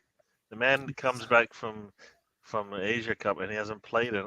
Now he's got an extension on his contract. I know it's probably been done beforehand, but it's like it's not actually an extension, is it? It's just a way. It's just a way. But I think what's actually happened is that they've just put him on wages which are more comparable with the people that he's playing with. I think he was brought in initially on quite a low wage, and they're looking at him and they feel how useful he is. And how many years has been added on? Is it none or 1? 2. I think 1 or 2 at most. It's a very low extension, but it's more. It's 2 years with a year extension, is my understanding for it. So what they're saying is, if I understand it right, we're going to be in the same situation in 2 years' time. It's something like that. What they're saying is, are we keeping him? Are we keeping him or not? But I think it's more about giving him a wage. It's like someone said about playing FIFA. You know, when you play FIFA career mode and you get that red thumbs down on a player, and you look into it, and it's like contract. They want to be paid a bit more. It's one of them. For the way that he's being used, the value that he's bringing to the team when he's fit, by the way, they put them on comparable wages. Yeah. But we're not tying ourselves up with him for a long period of time in case it turns out that he is from the school of paper mache and is going to be injured forever, and then we're stuck with him. So I kind of get it. I like it. Yeah. You like it, right? And I like it as well. We didn't slap a 4-year contract to him like we did with Cedric. You know, we've made the mistakes with Cedric. This is a player we brought him in. We didn't bring him in on a high wage, making him feel like he was Bertie Big Bollocks and he could take a rest. He came in and had to earn he's come in and he's had to earn it. And obviously they've turned around and said, okay, you proved yourself. Now we're going to put you on the comparable money. Why not? I like it. He's a valuable squad player, and he's not just a squad player. He has played minutes. Yeah. I like it. He's played valuable minutes this What season. is a squad player versus a starter? Was there something else in between or something? I think we're getting away. We're moving away from that, though, Gary, aren't we? As we're getting better. No. But when you say he's not a squad player, he's not a starter. Yeah, but No. he's not a squad player either. When he's fit, I think if he I was just fit I right asked now, you what is he if he was because he's fit not right a Part of now- your starter. 15, Gary. I- Gary's I- part if of he your was fit 15, right right? now, Kiwior, if he was Is that fit right fair? now, Kiwior wouldn't have had as many appearances because I think if fit, Tomiyasu Yeah, would yeah. probably have started more If games at Timber left was back. fed, none of them would be playing. Maybe so fair. There's Yeah, a lot of F's in all of If these. who? So if Timber Timber. was fit, Yeah, he but would be we playing. look, that's that. Yeah, No, but you what we're can't. talking You about can't. is You can't but we're mix a player talking- for an no. injury But that we're happened in talking the about- first week No, versus we're when it talking just about happened for the last Tomiyasu's month place and a in the half. squad. There's We're no talking about difference. pecking order. But Gary, We're talking about Timber has pecking not order. been here all Timber would have been season. our no. Think about this. If You're everything was backing a perfect, player that's played 38 minutes. I'm For backing a real? player who started that first game, not Yes, for but injuries. Timber, Gary, Tavares, Tomiyasu mate. was not Tavares. Tomiyasu was not injured in the first game of the season. What Was he? I'm saying is that No. Tomiyasu Answer was that a sure question. bet. Was It's a sure Tomiyasu bet. injured? This is the starting lineup for the start of the season. Tomiyasu was healthy. The only person that was injured on that back line was Zinchenko. Hmm. Who did he go with? Tomiyasu. You went with Timber. He did not go with Tomiyasu First because game. Timber played Oh. left back. First Right? game. He's now injured, but he's injured now.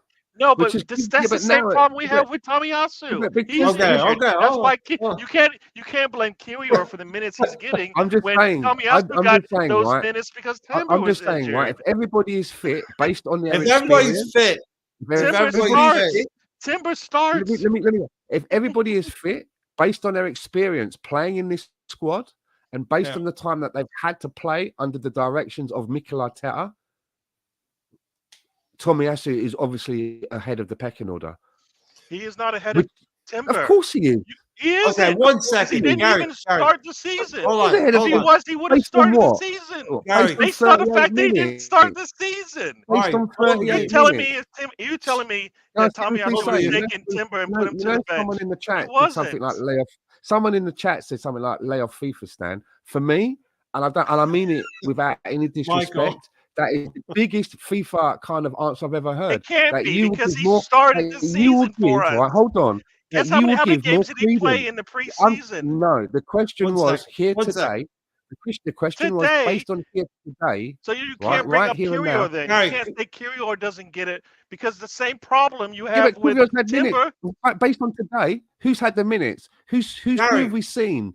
We're saying that you're going to compare a player that we've only seen for 38 minutes, based on players that He have played played several games 55 during the minutes, season, Steve. All right, Stan. and you're Stan. going to pick So, Timber. All right. I got one That doesn't question. make any Okay. sense, man. I got one question, Seriously, right? We how come does that back. make sense? We come back. how to do a you run make in. sense? You don't make sense How either. Gary, does that make sense? You're belittling the minutes that Kiwior got. It's the same reason Gary. why Tomiyasu got the minutes because I've got Timber one was I out. actually think if I'm Tomiyasu, right, I would be like, what you're saying is right. Today, right now, the next game is tomorrow. Based on this season, so far this season, we've seen 38 minutes of Stan. Timber. Why do you And keep we- lowering and- his and- minutes? With you. Hold The man on, played over right? half of football. Hold on. We've seen 38 minutes of Timber. No, we saw We've seen over. more of He played over Tomiyasu. half. We've seen more Don't than belittle his Tomiyasu, and minutes. maybe 46 we minutes. haven't seen a lot of Tomiyasu this season, played but 50 we've had minutes. more of an experience of Tomiyasu from last season. All right. Don't And you're you shut saying up that for a second. based on that, 38 minutes, Timber. It's not is 38. better? Stop belittling the man's minutes. 46. Stan, hold on. 50 minutes. Hold The on, man played Stan. 50 minutes. Gary. I got 38, one. 50. Let's hey, shut up, both of you. Let's shift this to Jorginho and Partey. It's the same argument, right? Shift this to Jorginho and Partey. It's the Partey's same. healthy. He plays. He starts. You're gonna play Partey at Man City. If Partey was healthy, he's Yeah. not been healthy and he won't be healthy for a bit. Right? All right. If Partey's healthy, I agree. in 10 days from now, are you playing him at Man City over Jorginho? Well, he won't Yeah. be healthy in 10 days. He's a better footballer. 10 days from now. Well, He's better he hasn't footballer. already. That's the same as Timber saying Timber.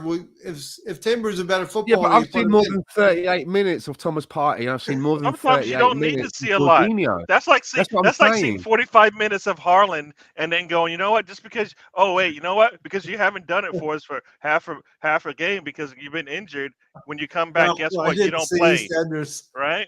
Yeah, but if I'd never seen Haaland before, and he came in for 45 You minutes, and haven't I'd seen never it, ever but seen him Arsenal before, has seen I'm Timber play. sorry. They I'm are sorry, really but, up. They did but then their now I've scouting gone through a season, more and than I've seen us. players that nah, man. I've seen players go through this season that have You been know working. little And doing, about Timber, right? And we all do. We didn't know anything about Tomiyasu. We knew absolutely nothing about Tomiyasu. He looked all right. this All is right. Tavares all over again. Have we This not is learned not any lessons? Tavares.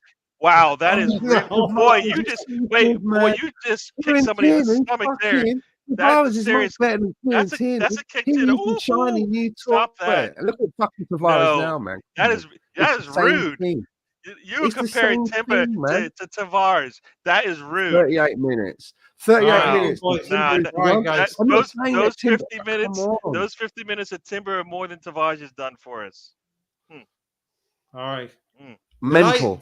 Absolutely There's mental. an EastEnders reference here to me. Do I watch EastEnders Mental. right? No. Is that parallel to what I just witnessed here?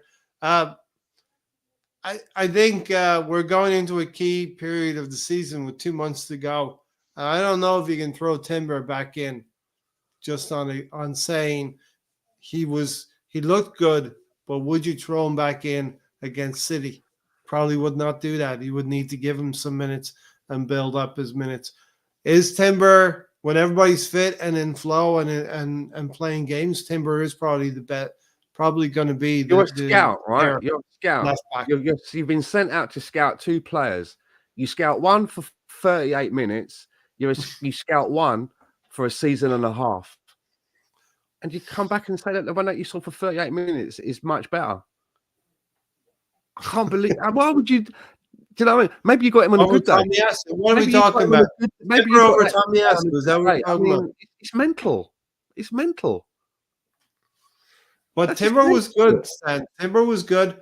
He played in the Charity Shield as well. He played competitive games leading up. I've done a lot of things where I've been good for 3 minutes. Ask my missus. For 3 minutes, I've been like king. 3 minutes. Yeah, but you're found out in the long run. You're 90 found minutes, out, right? not so much. People do watch other leagues. Tomiyasu wasn't a complete unknown playing for Bologna. Tomiyasu is a good player, but I think in the long run, Timber will be better. But you know, it's a small. Based on what? Sample How can you call size. that now?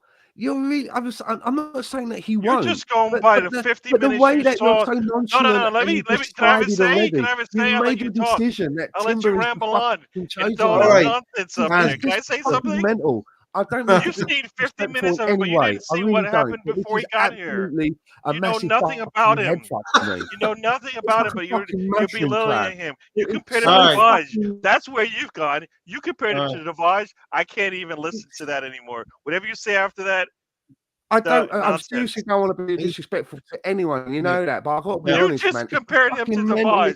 That is It's the mentalest thing disrespectful. I've ever heard. No, I'm Right, sorry. right. You It's just a game of you it's disrespected a him. game of opinions. It is a game of opinions. Disrespected. That is. It is a game of Very opinions. mean. All Very right, mean. let's move on. Right, we're gonna get off this left back. We'll get to the goalkeeper, Stan.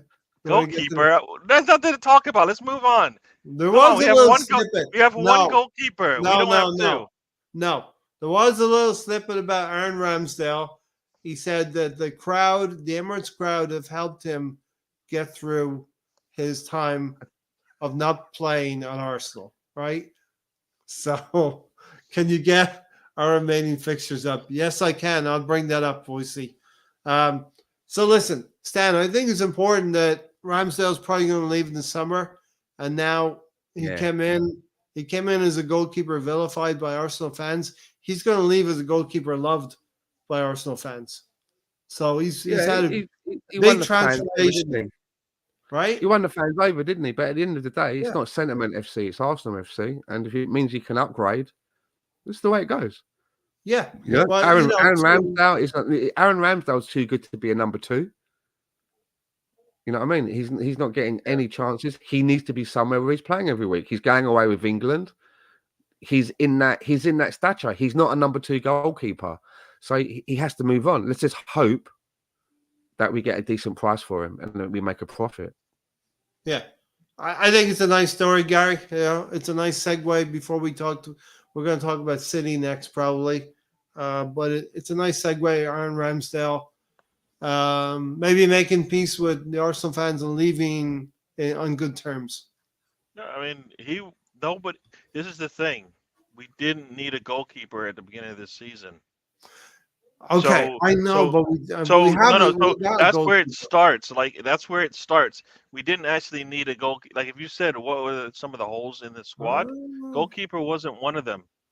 It was not number 1 or 2 or 3 or 4. We had lots of other holes we needed to fill that were more important at that in our eyes, I believe, Yeah, than a goalkeeper, right? Because we knew we didn't have depth behind our center backs. We knew something needed to be done about our fullbacks, right? We needed somebody in the middle, right? We needed a striker, right? We needed depth behind our right wing, right?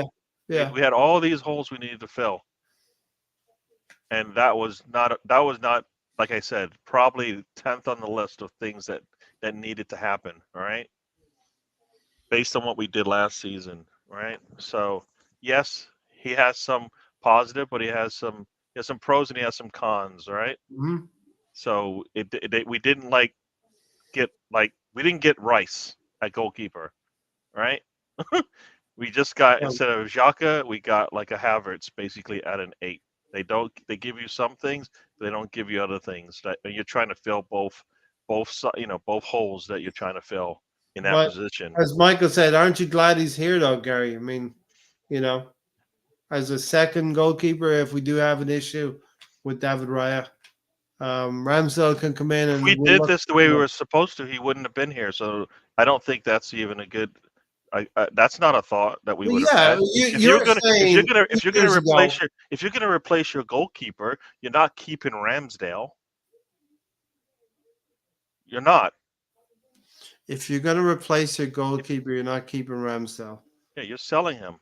We're selling them in the summer. Everybody No, knows. no, no. I'm just saying you wouldn't have had if you like. Are we gonna get Raya? That's gonna be our goalkeeper going Sure. forward. Yeah, Ramsdale would have been sold. but he wasn't. You're talking about ifs Yeah, and no, but no, I'm not talking about ifs, but I'm talking about that's what would have happened. yeah, it is what would have happened. But it's So not like, what happened. so him being here wasn't like that was the plan. We couldn't get Raya until he became available. And that was at just a week That left was in the for summer. season. Yeah, Yeah. No, I mean we didn't. We had a whole summer to get him. Why didn't we get him then? we didn't have a whole summer to get him. Why? He became available because Brentford made it known that he would be available when What we were on the 2 summer weeks to the tour. end of summer? Yeah, in the summer, the end of the summer. At the end of the summer. I remember there was still some teams in the US playing when it was announced. I think Brentford were playing in one of the cities when it was announced. Thomas Frank, it broke that just before the game. Actually, I think it might have been Aston Villa versus Brentford, and it broke that Arsenal are in talks to acquire David Raya. Now, of course, if we could have gotten them 2 years before that, we would have. That's kind of how football goes. And we bought a goalkeeper that was capable of taking us from 5th to 2nd place and even a title challenge, you know. But I think it's nice that Aaron Ramsdale came to Arsenal, and some sections of the Arsenal fans, even some of us here, wondered how it was going to look, Gary, because here's a player coming in, a goalkeeper who was relegated twice with Sheffield United. Now, we were never going to insult him or insult his family, but we were going to ask questions how a goalkeeper who was relegated with Sheffield United twice would come to Arsenal and fare. And I think it was fair. In the end, Bernd Leno got ousted after 3 games, and Ramsdale took his chance, and I think something similar happened to Ramsdale this season with Raya coming in. You know, am I Ramsdale's dad, Gary? But it's probably should be more like I don't. point. I don't. Both. What? How did that? How did? What did I say that made it seem like I want Ramsdale to stay? I know. Nothing I said. You would have skipped completely onion rings, I wouldn't have had. I like I said. I didn't think the he cheap was. onion rings. I didn't think he was number one in our list of to dos. That's all. Yeah, exactly. So that's All why right. I wouldn't have made the change at the time. But they were able to make a change and they did. But I just didn't think it was. Like I said, it wasn't something we needed to do. Yes, it was a loan, so it worked out perfectly for them. But it All also right. created a dynamic in the locker room that Arteta usually strays away from. Right. Mhm. This one he created himself, so I guess it was okay. Passive aggressive. No, he did create that. He created a little bit of tension in that locker room, right? Players had to supposedly choose a side. But Gary, Gary, you I sound get- like I if you get were what you're working for saying. me, right? Hang on, Gary sounds like the kind of guy that if you were working for me and we had a team meeting, I'd have to ask Gary to stay behind after the meeting. and sort it out, right? No, That's very passive Talk it aggressive over, about talk our it plans over. moving forward, Gary. Hey, I'm a fan. If I was in the locker room, probably a totally different situation. But I'm sitting on the outside looking in, getting piecemeal information. I'm working with it as best Well, that's I not the can. kind of answer I'm expecting from a team member, Gary. You should be on the inside looking out. I'm With on the the rest of them. outside looking in. Is what I'm saying. 3 million loan with an You option. didn't even let me in the meeting, man. You got me like you said, look, you got one of those telephones with a string, the little 2 cups. You're like, here, listen into the meeting. So, Michael, I think it was an obligation to buy. Yeah. It was a 3 million loan with an obligation to buy. Yeah. Maybe it was an option starting out. I think it it's turned all into based an on like how obligation. much minutes he played, and once he hit Yeah. that threshold, There was the probably buy something option that kicked triggered in, it from so. one to the other. Exactly. Okay, before we're going to finish up with, we're going to be here for a little bit yet, but we're going to finish up with talking about Man City. But Stan wants to bring another topic referencing the England setup, and then we'll move to the Man City talk. Stan? Well, it wasn't more about the England setup. I mean, we're looking for things to talk about, and we're looking You're for news. scratching. You're really scratching the bottom of the barrel here. It's something that has popped up on social media, and especially today. Every time I kept looking at, I was teaching a class today, and I kept looking at my phone. I kept seeing all of this stuff about the new England kit that has come out today. I think it's by Nike, who are the sponsors. And so, in case you don't know about this and you've not seen social media, there's a new England kit that has come out, and on the back of the neck, where the collar is, there's a flag. On the back of the neck, it's a St. George's cross, which, as we know, that is the national flag of England.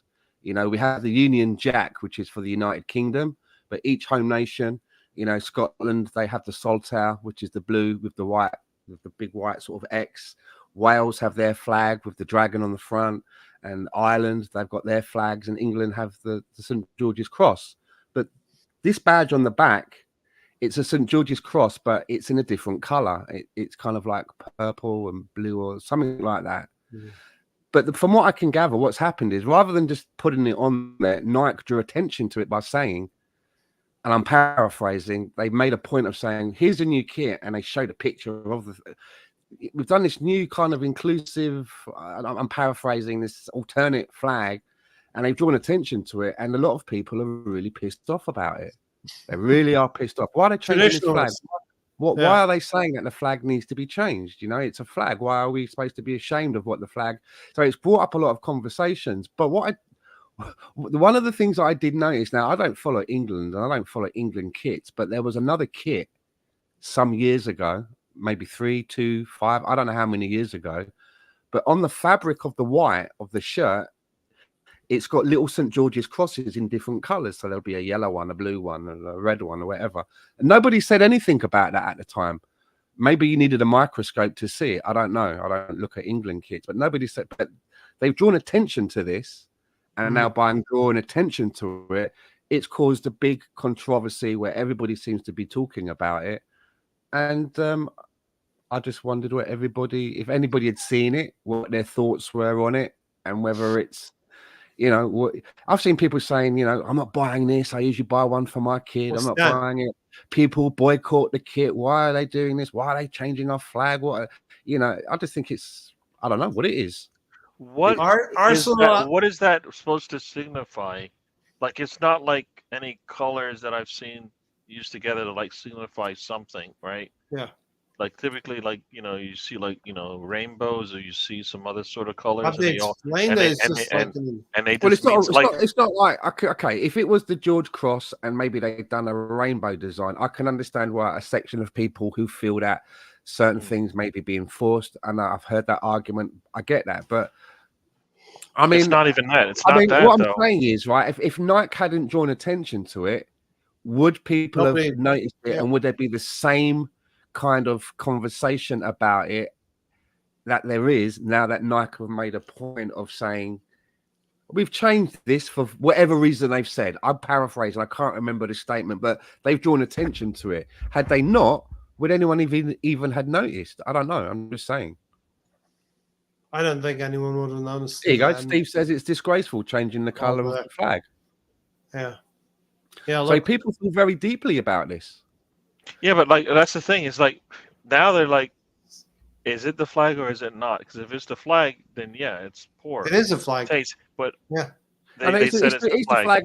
Okay, let me ask you this thing, Gary. Let's say it was the American kit had been released, and on the back, under the collar, whatever, it was the American flag, but I don't know. It wasn't orange. It wasn't the Star Spangled Banner. It was some way just different in colours than that. Would you be bothered about it, or would you? I'm not bothered by it. I just I don't know what they were trying to go for. So it seems like, and then like you said, they're making a point. We just talked about this 30 minutes ago. Why does the media harp on certain things? Guess what Nike just did, right? Is it as Eazy-E said? There's no such thing as bad publicity, right? Oh yeah, pink is involved. There's pink, sort of a purple pink in the color. So the colors to me I don't understand. Like the thing is, I don't understand. Like if they were just trying to make if there's a marketing thing, then they got it because everybody's talking about it. Right? If that's what they wanted, they got it. People are talking about the kit. I don't. If it's supposed to be, I mean, the color kind of blends in with the color of the collar. If I remember seeing the picture, it's not like they've gone out and done a St. George cross, but changed it into an LGBTQ, and it's on the nose, and they're trying to make us. I didn't really see it like that. No, that's why I was saying I don't know what. I think that the fact that they've made a statement about it, trying to preempt it, has drawn attention to it. Because, like I said, there is another kit that people were showing pictures of in the thread of another England kit. I don't know how long ago it was, and they had multicolored ones. There was like George crosses, but one would be yellow, and it was all over the. And Brownie's right. Part of the fabric. I never noticed it before. Maybe you have to look really close, but I don't remember anybody kicking off about that. Do you see what I'm getting at? So see, it says supposedly Nike says it is meant to unite and inspire. Okay, there you go. Gareth Southgate's. Unite and inspire, unite what? Unite the country and inspire the country. No, but what is it? If that was just the typical George Cross, would that not have united them more? Because it's actually what. Well, there's nothing new about it then. That's a good point, Gary. That's a good point. No. If it's to unite look, you just said it. This is our flag. Now, if somebody said, no, it's not your flag, I'm going to change the colors on it so it looks like this. So this is supposed to be this one shows that we're uniting and inspiring, because the one that you had, we didn't feel that it did unite and inspire. Is that what they're saying? So they know Nike knows more. I like where you're going, Gary. You got me thinking. So Nike knows more about the English culture than the English do. Good point. Again, you're bang on. This is good stuff. Like I said, I don't know. Gary, I was calling you mental. Now I'm calling you genius. I know. You see how things can change. Yes. That's how it works. Like I said, football can change half to half. From one half to another. Think of it like that. This is Yeah. marketing, man. It's all it is. I didn't It's think of not- it like that. Yeah. They're saying we've done this because we think that this unites us inspire, as opposed to what? I'm thinking, look, as opposed to what? You're saying that the previous thing in your eyes didn't unite and inspire. If that's I didn't think of it like that, but now I'm thinking about it. I'm like, well, that's a bit cheeky. You know what? Who You know are what you they two? did? You Yeah, know what they okay. just did? You know how like you have like two sides fighting, and then Wouldn't think of somebody it like comes that. in, and you both Devil's like, advocate card. you know what? Well, like say you have two people that are fighting, and then somebody else comes in the room who you both hate. Guess who you're gonna side with? The guy you were just fighting with, because Yeah. guess what? We hate him worse. Yeah. That's basically kind of what they did with this thing, Like Usually that's me. like Arsene right now, Wenger and all Alex of the Ferguson joined all forces the English against people Abramovich. are united in like we hate this kid. Yeah. Okay. There's the Okay. example, right? Arsene Wenger and Man United, right, and Alex Ferguson were adversaries for years. And then when Abramovich came in with Chelsea and that new model, they teamed up. They formed an Avengers, didn't they? They went against Hydra. Yeah. The two enemies. They were like, you know what? You're not that bad, actually. This is the enemy. All right. I'm going to add another thing, and since you've sort of drifted into that stuff, Stan, which was the better rivalry, Man City versus Liverpool for the last 6, 7, 8 years, or Arsenal versus Man United? That's a little sitter there. Huh? You just pulled a goalkeeper out of the goal and said, "Stan, can you score?" I went fly goalie. With no I don't know if goalkeeper that's in the box. is it a sitter? Is it an easy Well, layup? of course. I I don't mean, know. obviously, with Man United and Arsenal, I was more heavily invested in that, right? Yeah, so the amount of times I've said in a conversation to someone, and it's usually a girlfriend or an ex-girlfriend who doesn't understand football, and I usually I've gone down the pub on a Sunday to watch that match, and the amount of times I've said, you don't get it, right? If I had a magic wand and was able to just wave it, and Manchester United had never ever existed, do you know how many league titles we would have won? Yeah, I used to think about that all the time. I used to think 3 or about it 4 all the time. more. We We'd gave be him on some good rounds, but, like 17. Yeah. we gave him some good runs for their money, and we were very entertaining. But they always used to be able to pip us when it happened. It just Not happened like that. always. Really. Oh no, of course. Well, we had a time. We got more crowned. than We got crowned Liverpool there. didn't have as much joy as Arsenal did, right? So Liverpool is, And it wasn't as close. It wasn't as close. The gap was very close, wasn't it, between us and them? It was very close to call. Do you think the difference between Liverpool and City is greater now than it was between Arsenal and Man United back in the day? Yeah. Okay. For a 3 year, what would you say? Like, Did Man U ever win 3 in a row? Did they? Maybe They're one. the first ones to do it, right? I thought that was the whole point of it. No one's ever won 4. United They did it fans before are- 98. They did it. Someone's won 3 because no one's ever won 4. So someone's won 3. We've United never won has won 2. 3. Blackburn Rovers were there in between. So sorry, Gary. Someone's won 3. United has No won one's 3. won 4. Because I know 4's the record. because a lot of their fans are like, we don't want to see 4. So Yeah. And I've always said as well that it's a really good team that can win the league, but I've always felt you can call yourselves great if you can win it and then defend it and retain it for the second year. And It's a great team. I've not seen Arsenal do that. Exactly. Arsenal. To me, that and the Champions League are 2 things that for me again that would be it for me to see our team Leeds do United. that. Yeah, remember it was Viduka. I think and a Champions when League. Leeds rocked up to Highbury when we were on the brink of defending it. Leeds rocked up to Highbury and Viduka, I think, beat us 3-1 or 3-2. Oh yeah, yeah. And, that was the end of that. Leeds were a little bit of a thorn in our side back then. Do you, Gary? Do you think Jurgen Klopp has gotten everything he could out of that Liverpool team in the last 7 or 8 years against City? Like, gotten everything out of him? I don't think so, because I think some like those. How many times have they been a pretty much one game away from winning it, They were pipped a couple of times. right? Yeah. So that's when you got to cross the line, right? Yeah. Like he's got to cross the line. Maybe if he had two, if he had three for sure, it would be easy to say. But he's got just the one, and that was, people look at that and put an asterisk on it. Sometimes they're like, that So was he's just got to weird. take a little. That was a criticism. weird season. So Gary's got to take a look. Jurgen Klopp and Liverpool's got to take a little bit of criticism for not getting a second Premier League title. I think so. I think if That's he's fair. going to be compared to Pep, then yeah. Did he have a good run with Liverpool? Yes, but like it's not like you said. It's not like Wenger and Ferguson, right? Just not like that. Where at least it's the other team looked like they were going to have a good chance. Like City pretty much ran away with this thing, right? Like what, 5 in the last 6, 7 years? I think or something like that. Yeah. I also think as well where Liverpool are at the moment, they're a little bit where we have been in the past, in the fact that you can have a really good attack and a lively midfield, but if your defense is not quite there, it's going to cost you. You can't get away with it. Not when you've got high class opposition. Oh, there he is. These nuts has joined us.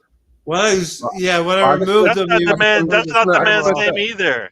I just wanted to finish and just. You don't know what Fabio Vieira's name is. You don't know what Alonso's name is. I'm there, Gary. I'm finished, and we can go to Alonso. I'm just saying that I think Liverpool, they're just missing out in their defence to keep it tight, and I think that we got their edge on them in our defence, as have City. I think that Liverpool are going to be like the Arsenal of last year. They're going to be there or thereabouts, but I think the top two, it's either us or City, and I think it's because the defence is going to be the key. Good evening, Alonso. I agree, Stan. Hello. Hello. Hello there. Hello there, Alonso. Hi. All right. So listen, I think Stan and Gary and I kind of agree with them as well that Jurgen Klopp probably should have and could have won another league title, like even against that City team, because Liverpool were that good for a period of years against City. Yeah, and like they have like their a winning mindset. I think coming runner up a couple of times to City, and once winning it, I think kind of shows you that you can have a talented team, but there's also got to be a good motivator and good coaching there as well. I have friends who are Liverpool fans, and I mentioned that he was good for Liverpool. But also, I guess he was also good for the league as well because he was that team that could beat City. And I'm not a big fan of City. I can't stand Guardiola. I think he ought to coach a mid-table team with hardly any money as City has. Yeah, see what you can do, right? Yeah, that would be the ultimate argument. And I think the way Klopp has brought Liverpool back to relevancy, as far as being up there with one of the greatest teams of all time, basically. If it wasn't for City and their points, Liverpool would have won that year. So there's a class in that team, and also the gaffer and Jurgen Klopp. So I think also you got players that want to play for him, and people forget how Salah used to play for Chelsea. And he went to Roma, and then he made himself even better at Liverpool. And those are the kind of players that you admire, even if you're a rival supporter of them. You can almost argue that they're like a City that they're since that they won't stop winning. And it's a credit to Klopp really because he doesn't have quite the finances as the City do. So to be that way and have patience, the owners there had patience with Klopp. That's the key there. It took time, and with City, they already had the funds, they already had their managers, they already had the guy from Italy and the guy from Argentina. I can't think of their names right now, but they already had a team ready. Yeah. They already had a team built to win. Mm-hmm. Where Klopp had to start all over and have his own squad. Yeah, definitely. I think You they were able to use. You probably say that when if you look at Klopp and Arteta, they're probably similar in a way that they've had to build a squad, whereas Man City. I think they both spent money. And we talk about Man City with the money that they've spent, but I believe that Man United have actually spent more. Yeah, Man United have spent more than Man City, and look where they are. I think look at Klopp. Chelsea. Yeah, I think Klopp has spent a lot of money. Arteta spent a lot of money, and people who want to create a rod for Arteta's back will talk about the money, how much money we spent. I think we needed to spend that money to go from a Mustafi, a Socrates, a Kolasinac. This is the problem, though. Are we comparing? Are we really comparing? Would we compare Saka to Salah? Is there a comparison there? We're not saying no. No. So if there's no comparison there, we're not comparing one player to another. No. But they play. What do you mean? In what way? Are you? Yeah, of course. In the same way. In the same way that team. Yeah, in the same way that you compare. Like I don't think there it's is a even comparison. I don't think it's worthy of a comparison to compare Arteta to Klopp and Pep. I think it's a wasted exercise because. Well, let's come back in 7 years then. Well, I'd rather do it now. Yeah, no, you can't do it now. You can't do it in 7 years either because they're going to be gone. I'm not comparing them. No, we are. You just had a whole discussion with both of them. All three of those. I never mentioned Arteta. Yes, he was mentioned in there. I never mentioned Arteta, Gary. You're misunderstanding. In a way that I compared Arteta and Klopp, they're very similar and different to Pep in the way that they're two managers that have been given plenty of time by the ownership. They've not made knee-jerk reactions, and they've allowed them to build a team in their image and in their shape. Whereas someone like Pep, like Alonso said, he came in with a lot of good stuff in there already, and he's been given, swathes of money to just go straight in there and buy, in a lot of cases, ready-made deals. So it's a very different way of building a team. So I get the comparison in that way. They've both been given a lot of time. I'm talking about Pep Guardiola and Liverpool, and I'm asking the question if Klopp should have won another league title in the time that he's had with Liverpool. I'm not comparing. That's like asking. During that era that we just spoke about between Arsenal and Man United, that's like saying, should Arsene Wenger have won more league titles against Sir Alex Ferguson in that time? Probably. There's probably times when we finished. There's probably times when we just finished like a point behind or a couple of points behind. I always think for me, our biggest missed opportunity under Arsene Wenger was the season that Leeds won the league. That was a season where it should have been nailed on for Arsenal to win that league. When we're the only team that beat Leicester. All the other teams that would be traditionally our competition were in free fall in one way or another, and we allowed Leicester to get to pit that. Unacceptable for me. That's unacceptable. That would have. I mean, yes, that's when we were getting. That was 10 years on. 10 years on from when we were Invincibles. I think. The period where Arsene Wenger was fighting Alex Ferguson over 8 years, we won 3 league titles over those 8 years. Jurgen Klopp has only won 1 league title over 8 years against City. Admittedly, he's been in 2 Champions League finals and won one of them. So there is that, But maybe Jurgen Klopp and Liverpool would think that they should have nicked 1 or 2 more. But then the question is, what the stats that you've just read out between Arsenal and Man United of that era, and Man City and Liverpool of this era, back then in the former era, the two clubs were fighting on a more even playing field. Now in this era, Liverpool are having to compete against a team that is being accused of sports doping or financial irregularities, and who knows how that could come out. And so and on the field, there's a lot of some slight differences in the well, in the playing field, right? Because what you're doing, Stan, is you're putting the best players in the world on the pitch at the time. Now they're getting paid. Could you imagine? Amount of money. Could you imagine if we were Liverpool? This was a Liverpool podcast, right? Yeah. Just go. We've all woke up and all of us here on this pod right now woke up tomorrow. We woke up tomorrow in a multiverse, and for whatever reason, we're all Liverpool fans.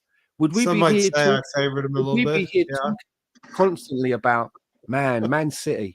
Their irregularities. They've got 115 charges.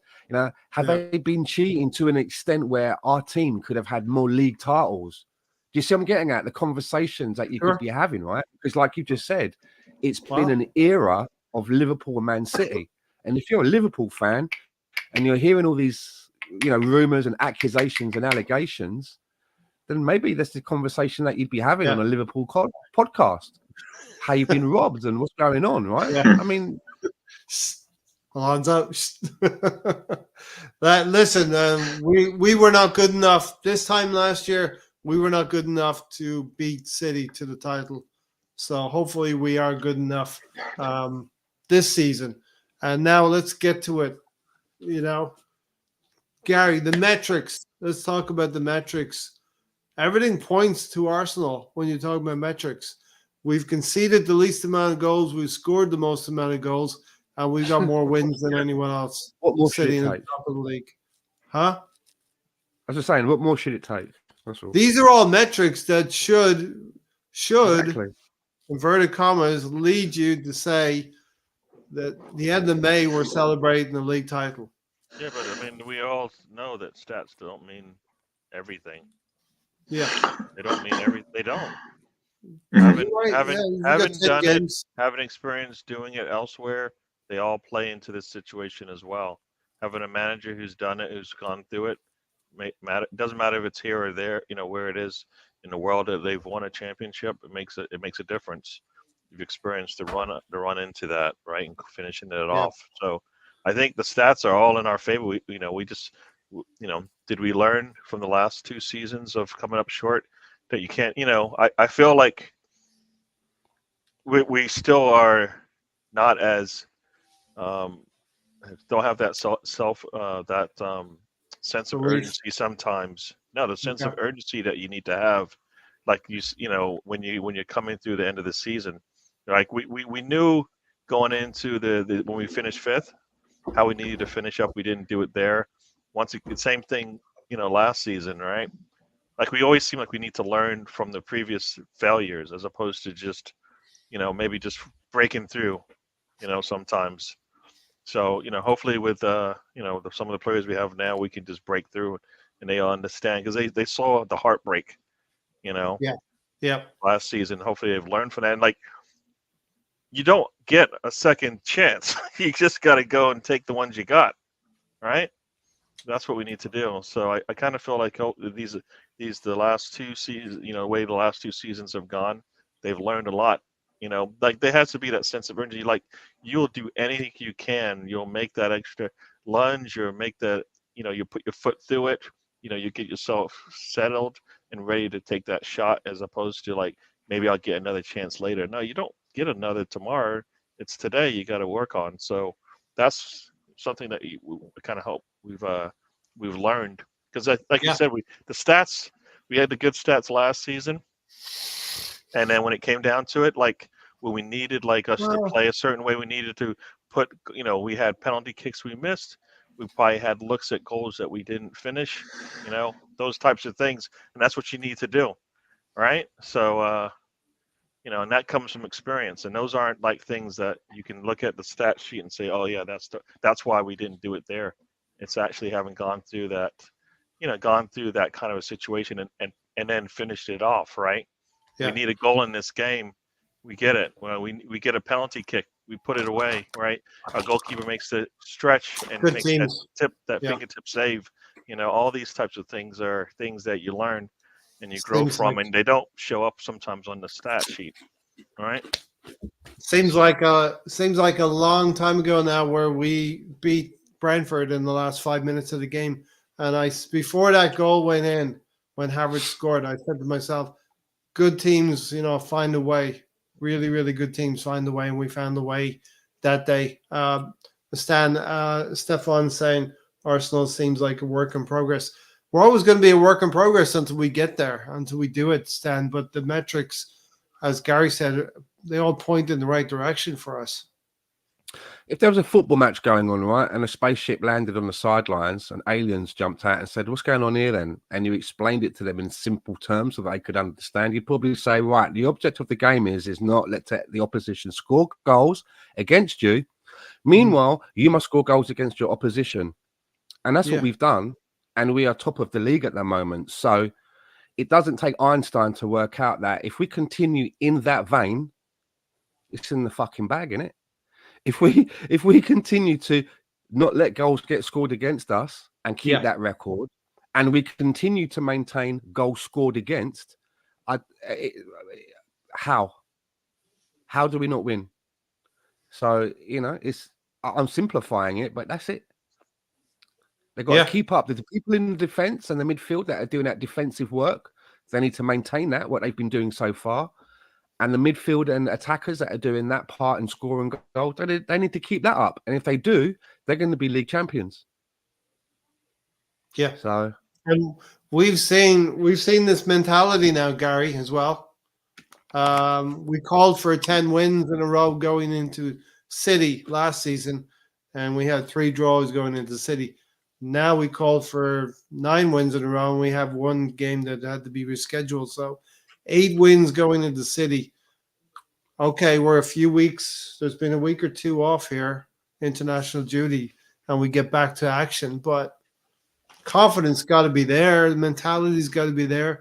The metrics are pointing in the right direction for us, and we must feel that we've beaten City already. So we checked a lot of boxes against this team that we're going to face at the Etihad at the end of this month. Yeah, and that's why when somebody asks you, how do you feel about the game? It's like, I feel good. We've done what we needed to do, and do we have a chance to win? Yes, we have a chance to win because we are playing really good football, right? Based on what we've seen so far, unless that changes, why would you expect it to just not work, right? Mm-hmm. So we should be good to go based on where we are. If we get health, and I keep saying it, the healthier we keep getting healthier every day, and that's a good thing for those players. Hopefully, we're not getting injuries the other way, but we're getting, we're getting healthier every day with a lot of with the squad, and in good positions as well, right? Because our defense should be a lot more solid as we go forward through this thing. And we keep saying that defense is what wins you championship. So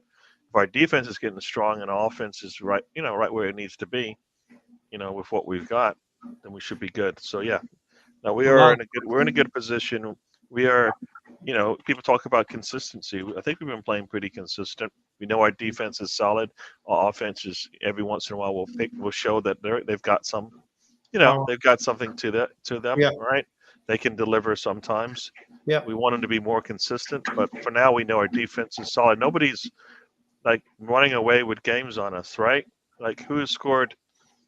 I think only like Luton has scored 3 goals on us. Yeah. Right. So I think so one team that was when scored on Raya you. was getting established. Yeah. No, right? They scored 3 goals on us. Our defense gave up 3 goals. Whether we had Raya or Ramsdale, I don't think that was the difference there.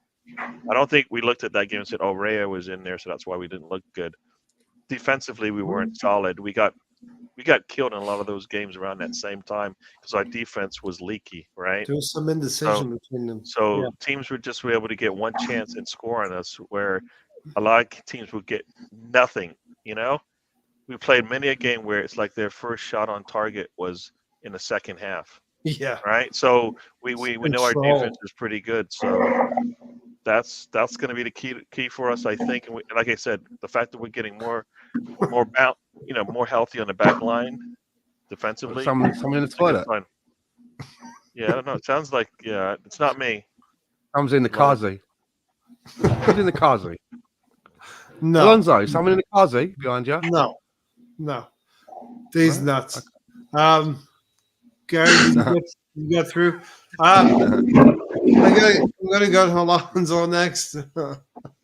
Alonso, Yeah. we're going to go into this game in the best shape we've ever gone into this game at the Etihad. Yeah, and to be honest, I think it's an exciting time. You know how much this game means whenever Saka pulls out and goes back to Arsenal. And you know it's that important. Where in the past you've seen, you know, the reason why I think is because he didn't want to risk injury. Because you know we know how England play. You know we know that Southgate runs Saka down the wings a lot. So anyway, it'll be a battle, I think, and it's at the Etihad. So we're gonna need to be perfect and not have any mistakes. And it kind of shows you how that is that big of a game where it could decide the title. It seems like, and beating City at their place would be a dream come true. I think for us Arsenal fans. Though we have 12 games as well coming up after that. So hopefully Arteta likes to use the one game at a time mentality where we beat this team and we got to move on to the next one and start preparing. And my best hope is that they're already prepared and have their team ready to go. Though I'm still concerned about the number 9. Havertz, of course, has been very good recently. I hope he doesn't let up. And they have weaknesses. As well. So they just gotta watch video and practice hard and not let up on the pedal. And I believe they could do it. Yeah, and it's the mentality as well. I think we're in a much May I better say something as well? Yeah. If I may, sometimes I really do think that some Arsenal fans, because of who we are and where we are, they don't get it. Of there are so many other football teams out there. We are a football team that has won Premier Leagues.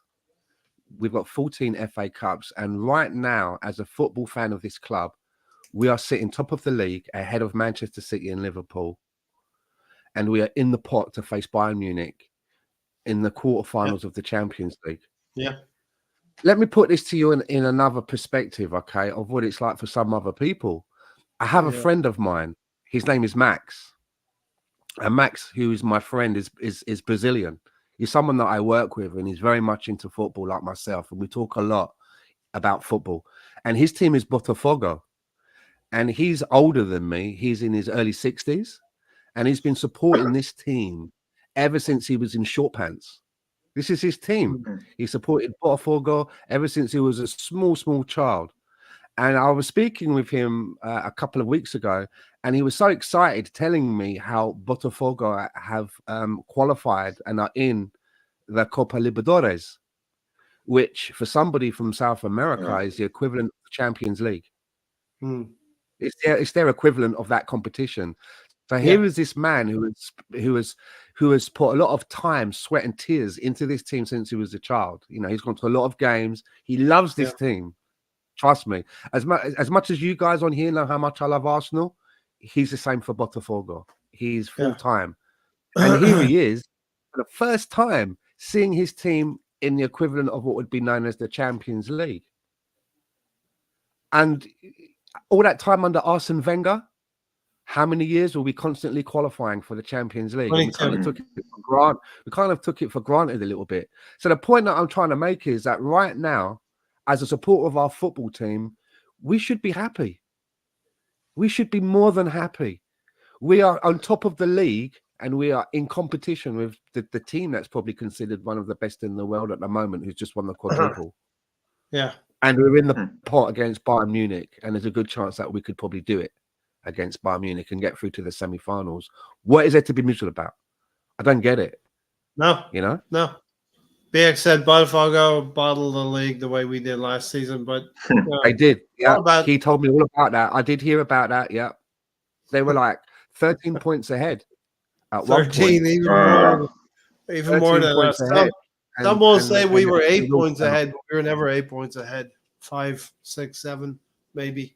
But that's what it's all about. You know, you follow your team, and you hope that at this time of the year that you're talking about. What I'm saying is, you're in a going for bubble, league. right? You're in a bubble, and you know, sometimes I honestly believe that, especially if you are an Arsenal supporter and you got involved with Arsenal in the Wenger kind of an era, and you've just started supporting Arsenal in that era, and you see your team go invincible, you've got to think that the rocket has now been strapped to the back, and that it's just going to go onwards and upwards. So I get that. You see your team go invincible, and you get to the top of the mountain, and instead of like planting your flag, you just go off the other side, and that's what it kind of feels like. So I do get that once you see your team go invincible, how it can be like a bit of a brain mash that you don't capitalize on it.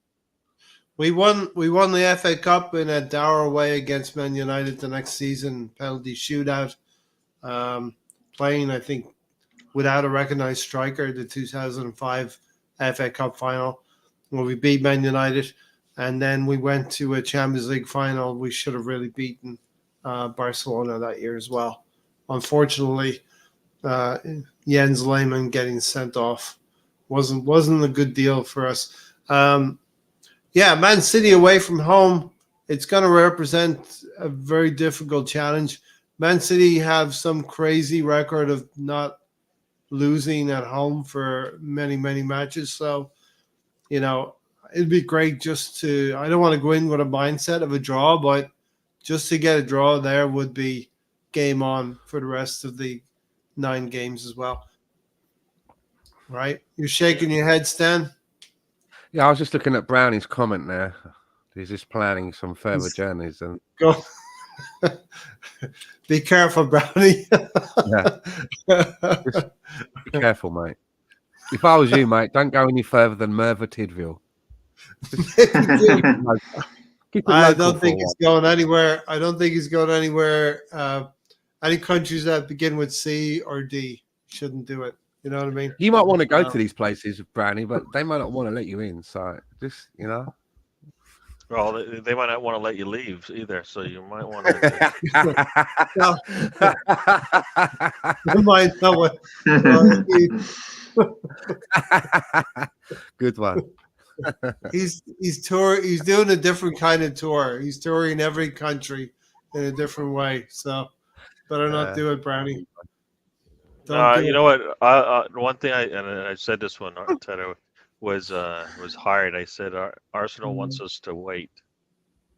They want us to see this thing through. I didn't want to wait because I didn't think if Arsenal is a big club, they need to wait and see this thing through. They needed to do what big clubs do. This will be more sustained, Gary. No, it doesn't matter if you had a better coach. It doesn't. If you had a better coach, they would have gotten more out of their players. That's the thing. Yeah, but it wouldn't have been for as long. It would not have been for long. You don't know. You can't make any. We can't make any decisions based on what we think might happen. Give me a name. Give me a name. Give me a coach. Manager could have come in there and just give me a name.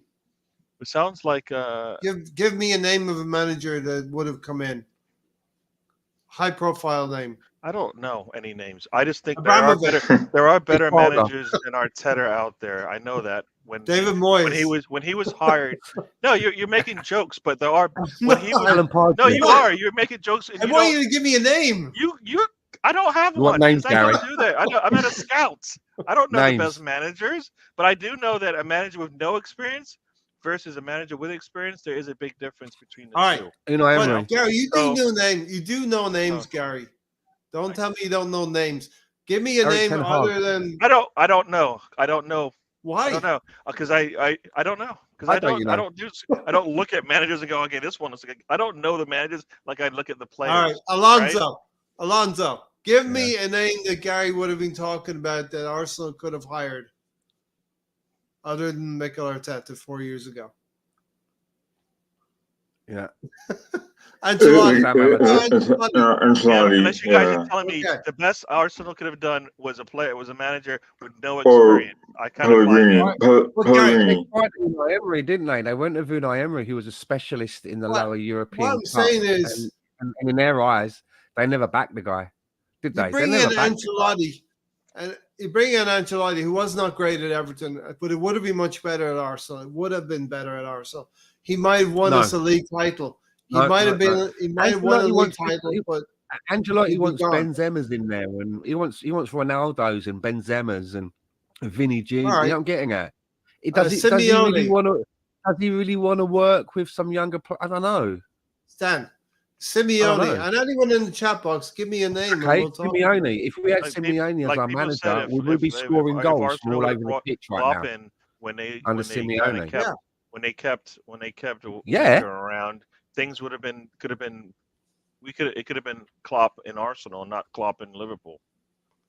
All right? Would Well, we be? that was Would we? when Right, we were if we not had prepared to let Simeone as our Wenger go. manager now, No, right? but we weren't about getting anything out of like Wenger had probably hit his max.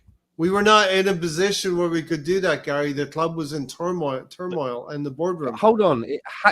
Are you? I'm If just we telling got you, a better Simeone manager as our- probably would have got a lot more out of the players at that point because he was a young and up and coming manager who would have been able to understand the way the football Jurgen is Klopp, turning, yeah. right? Klopp was already established. So I think he would have been able to Yeah, pick up the game established. in its current state, not what Wenger had done for decades before. You know what I mean? So that's kind of what we were looking for. Gary, Klopp was already established at Borussia I didn't say Dortmund. he wasn't. I said You say young manager. I said he would be more attuned to the state of football in the current what we were currently seeing. And Wenger was still a little stuck in his old Era. ways, right? So Okay, Jose Mourinho would have been very damaging at Arsenal as well. Yeah, but what I'm Right? saying is, if we brought in someone like a Simeone, would we be playing the kind of football of the players that we have, where we'd be scoring goals from all of these places around? We just revamped our whole squad, so it doesn't matter. It doesn't matter. The team that Arteta had day one to the one he has now looks totally different. So to say, our football will be our football is like different. that. Our football will be different. We weren't playing the football we're playing now 4 years ago. Gary, you didn't have those players. So what can you say? What I'm trying to say is, right? What I'm trying to say is how many players from that first team? What I'm trying to say is that we've got a manager that into his tenure now as a manager, he's now managed to get himself into a situation where he's managed to turn over the whole fucking team. Yeah, so I can do that in one season in FIFA with the big budget. It doesn't matter what manager you bring in. Hold on. He's been allowed to do that. No, this is his team now. If you can revamp the entire squad, it doesn't matter what manager you bring in. What I'm saying is they can get the players they want. Team. If Arteta can get all the players he wants, any manager with more experience should be able to do the same. What I'm saying is, right, this is Mikel Arteta's team. This team really is in the mold of his face. And if Mikel Arteta got taken out tomorrow and you put in another manager the next day, it doesn't necessarily mean that this team is going to continue to operate in that same manner, because the manager might say, you see what you're doing now? I don't want you doing that now. I want you to do this. And you see what I'm getting at? It's not just about the sum of the parts. There has to be a philosophy.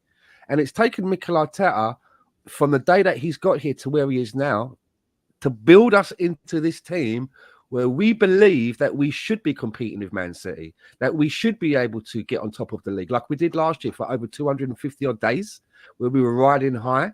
Okay, we're missing a few pieces to complete it. And here we are the next season, top of the league. And we're in our first go back in the Champions League. We're through to the quarterfinals. This is because of this manager, what he's assembled, and the belief. You can't just switch him out tomorrow for an and the patterns and the method of style of play as well. This is his team. This really is his team. And it's working. It's working because they're all kind of into this Mikel Arteta bubble. And you can't swap him out at the minute for anything. It's not going to yield the same results. And it's only going to get better. It's only going to get better because we know that the checkbook is still open. Gary, are you So- saying? Yeah, I agree. Gary, are you saying if Alonso comes to Liverpool and takes over what Jurgen Klopp has done, that it's going to look I the never same? said that. You guys are making. No, I'm asking. It's a and- question. Are you saying that? It's a question. Are you saying If Alonso that? gets taken up as the Liverpool manager, he better hire I'm me not as his hiring assistant. Alonso to manage That's the my problem. squad. Okay, I'm hiring somebody I need who's a more job. experienced doing this job. Okay. You know, as a But manager. So why it would I? wouldn't look. It would I'll not do look set the same pieces. as. I don't care. No, you guys are making Sorry. jokes, but I'm this just is not. pitching Are myself we to trying to Alonso. construct? I Are believe we he's having a gonna be the next constructive manager now. discussion or not? I'm not. Yes. I'm Make it, pitching. so Yeah, we're but not. Gary, So this. to have a What's it- constructive Set pieces, to have a Alonso. constructive discussion, you have to be able to Fuck my listen beard. to our I side of the listened to you, but story. you brought You up. don't. You brought up Lonzo as an Winston. option. I'm going to bring him behind Arteta. Really That set doesn't piece, sound. man. That's what are you doing? What are we talking about here? You're, I'm sorry, so- Lonzo, but you're not coaching my team. I'm sorry. No. I'm coaching Not- Arsenal FC. Not if Now you're making jokes. I didn't bring his name up. You brought his name Listen, up. I don't care if it's Alonso or Gary, to be fair, right? Because I'm a whore in that respect. But whoever's taking the Liverpool job out of you two, just I'm here. I could do something, right? Set pieces. I don't know. Gary, you Whoever it think is. you can just plug and play an experienced manager and it's going to look better? I No. believe an experienced manager could No. do better. Yes, I do. So if Because they've If done it Look at before, Man right? United, right? Look at Man United, right? Look at Man United. They're so up themselves that they believe, right? They believe that okay, if we're going to get a new manager, the person that they're going to pick is Gareth Southgate. Do you know why Do you know why all this chatter is about? Do you know the reason that Man United would pick Gareth Southgate? Just because he was an England manager. For them, that's like a label. We have an England manager. That's how they look at it. And yeah, you have to admit that Gareth Southgate, as an England manager, has probably been the second most successful English manager after Sir Alf Ramsey, Right. the man that won the competition. He's got us there. But do you see what I'm getting at? Gareth Southgate, right, is not going to be the cure for Man United after a Louis van Gaal, after I'm not Jose Arteta, Mourinho. Alex. not, Come on, I'm not after Arteta out. Jose Stop that, Mourinho. people. You know, we were talking That's not the about cure. from day one. Now all of a sudden, I'm firing him tomorrow. That is not where we were going. You're creating a narrative that I have not started. Gary, can I ask you one Brilliant. question? I really, if they're going Hold to on, sack Stan. Eric Ten Hag, and I really Hold on, don't want Stan. Ten Hag to be fired, if they are going to sack him, then bring in Southgate because that you can't. That's a great fucking finale. All right, They've gone through everything in the book. Gary, I do want to ask you one question, right? And this is an honest, sincere question. Where we are right now, quarterfinal in the Champions League and first in the league, has Arteta checked enough boxes for you this season? No. Would you fire him if he didn't? You know, if he didn't win a trophy this season, would you If he fire didn't win a him? trophy, then he would definitely would feel he's been, he would have to do something next season for sure. Right. So you wouldn't fire him this season. I just said that. You want me to say it again? I just wanted Yeah, I to do. get that. I want to clarify, please. Not firing Arteta, people. Stop. All right, Gary. So So you're I'm not gonna- Arteta, Gary, out, let me ask you this, right? right, Gary? So if we get knocked out of the quarterfinals by Bayern, and we finish the league in second, Yep. you'll There's still a question. are you Brown. saying that you would still keep him as the manager? Yeah, Okay, Yeah. good. Okay, I'm just clarifying. but he's Good. on a short leash. He can't. Yeah. We need to see. I get that. No, I the get only that. way this progresses is if get we that. are competing. We're getting trophies at the end of the day. Right. Right. And I Gary, get that. Gary and Stan and Alonso, because I don't want to seem to be picking on Gary here. We go out in the summer, we would have to get a forward, maybe a striker, and a left back, right? Minimum. Left back, I think we got the I fullback. thought you we don't- initiated. we- Timber We as a don't. left We back. don't. We have. You was like the Who's second leaving on coming. our? Besides, you're saying Zinchenko's leaving, and that's a problem. Thank God. Who's leaving? Yeah, it could be. So if Gary, I Zinchenko left, think then you have to replace him. Yeah, but otherwise, I Milan. don't think so. Right? Okay, so you would That's- basically just replace the players that leave, right? Adequately replace. We need depth behind Saka. We'll try this again. We need depth behind Saka. We need somebody in a center forward area, better than what we Passive got. aggressive. All right. We need a number 8. All right. We need somebody behind our center backs. Yeah. Yeah. Zinchenko leaves. We got to replace him. We need a number 2 goalkeeper. Yeah, I could hear him saying, Right there. That's there are at least levels what. to this. That's at least 6 or 7 players right there that we need. Yeah. Right. Maybe like, and once again, I always say maybe there's a player that is on loan that comes back and fills one of those roles. Maybe there's a youngster that's going to come in and like shine for us. We don't know, but that's what we need, I think. All right. What's Arteta's minimum requirement for this season then? He hasn't done any of it for me now because you know what, if he wins one of the trophies he's on there, he's good. But my minimum coming into this season was we needed to go deep in the domestic cups. We didn't do that. We needed to, all I really had Semi-final? for the But Champions what's League deep? A was semi-final? yeah. Klopp didn't do that. Arteta has played and won an FA Cup. I think he can go deep in a domestic cup. How many is Klopp? How many FA Cups? I has don't Klopp care won? about Klopp. You asked me about my manager, and I tell you now you want to compare him to a manager who's got like 20 years of experience on him, and then say Klopp didn't do it. Klopp's won a championship. He's won league titles in Germany. I think he's got a little bit of experience and a little. He's got his CV's a lot stacked compared Right. to Arteta, right? Okay. So it's not Fair. a good. Once again, it's not a good comparison. Comparing Klopp to Arteta, I think, is where you go wrong because they're not on But the same Gary, level. we're in the same conversation. They're not on the Arsenal, same Liverpool. level, though. You can't say Yeah. a manager Right with now 4 we years are.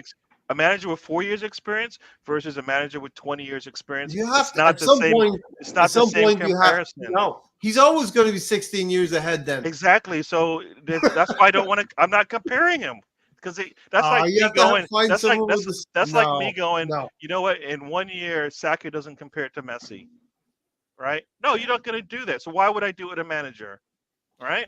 I think I you would need not to compare no. Saka to Messi, right? At some point, In I his think you first need to year of start playing, in his comparing fourth year of managers. playing.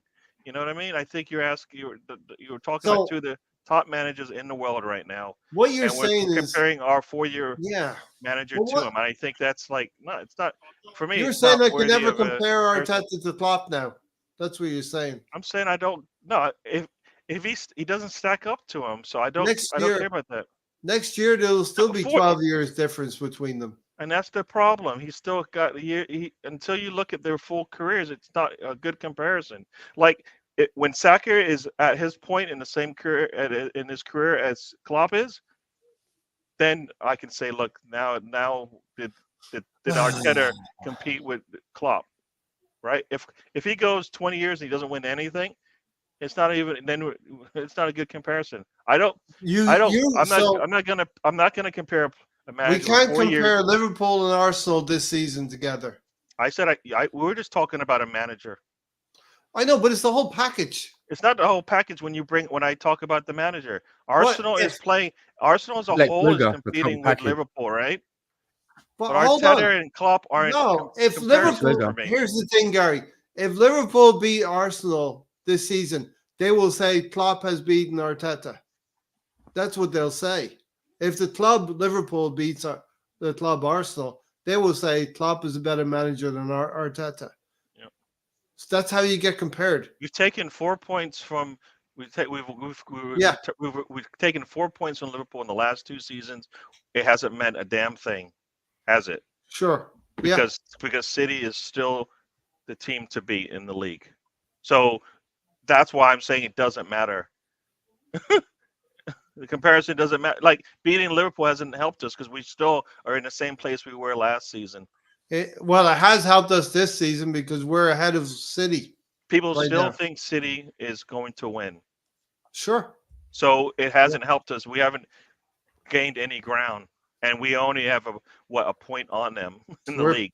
And goal difference. So we're not like 5 points away from them now. And they have a game in hand. Well, they had counting the game in hand. So we're not even a better state than we were last season. Are we playing better football? Yes. So I think we're doing really good. Physically on points, we're not better than them than last season, but I think we're playing in a better way, in a better fashion that we can. That's what I just You know what I said. mean? Yeah, I agree with Playing you. better football. I'm just agreeing with you. Oh. What? So we're gonna wrap this up pretty soon, Gary. What do you think about the Champions League as well? We are inexperienced against Bayern Munich. Will that count against us? Experience against every team we've played pretty much in the Champions League. Every team we played, they all Yeah. have more experience than us. So we Yeah. have talented players, and that's been the difference in our group play, right? So that's the good. But now we're going up against the experienced teams, especially on our side of the bracket, right?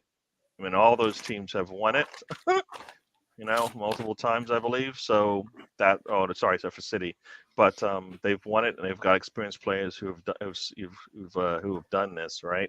Yeah. Think about it. Muller would have been in his low 20s winning Champions League, like Yeah. Saka, who's in his low 20s and is doing it for the first time, right? Yeah. Yeah. So that's the difference. Like, and I always make the comparison between Bayern Munich and how the youth build, the young players they had back in the days to where they Yeah. are now. We Yeah. don't have that. We don't have a Ribéry or a Robin who brought up a Muller. We don't have that. No. Like Saka and Martinelli had nobody lost it. basically showing them the ropes, right? Yeah. Showing them how to do this thing. We lost that Well, somewhere along the line. Yeah. So And like we- there was no, we didn't have the up. Like I always say, who's the next player up behind, right? We had to went revamp from- the entire squad, so we don't have any of those senior players who've been with, like when Liverpool was winning, they still had Milner, right? Milner was an old player who'd been playing for years, a Yeah. lot of experience there. They needed him to do something, he did it, right? Virginia. We went from Patrick Vieira. Gino's a good example. Yeah. He's actually won it. Havertz Right. isn't as a I don't think we lean on him for his experience as much as we do Jorginho. We went from a Patrick Vieira to William Gallas within a few years. And that's where we lost. That's where we lost that thread of we can show the young players the way forward when And William Gallas. you look at Real Madrid, they always seem to have players coming and going, right? Yep. Like they're not missing players. They're not from year to year. They don't look back and go, damn, we don't have a replacement for that guy. It was 'Cause they have somebody else, right? Yeah, it was a sad day in Birmingham when Eduardo broke his ankle. But William Gallas did not show the strength that we needed in that title run in from there on in, So Saka is injured. Brownie still is perpetuating this Saka's injured, so he may not even make Champions League games. What are you doing, Brownie? Brownie, have you not? You don't know anything about Saka. Saka's leg could be hanging by a thread. Being like Tony on here. a Thursday, and the man's Brownie. playing on Monday. Brownie. Saka is as injured as Ryan Giggs used to be injured for Wales, which is not much. It's the same thing. It's one of them. Seriously, it's one of them. We've pulled him out of games, and he's played like 30 minutes. It's and a he Ryan came back Giggs. to play the next one, right? So Giggsy.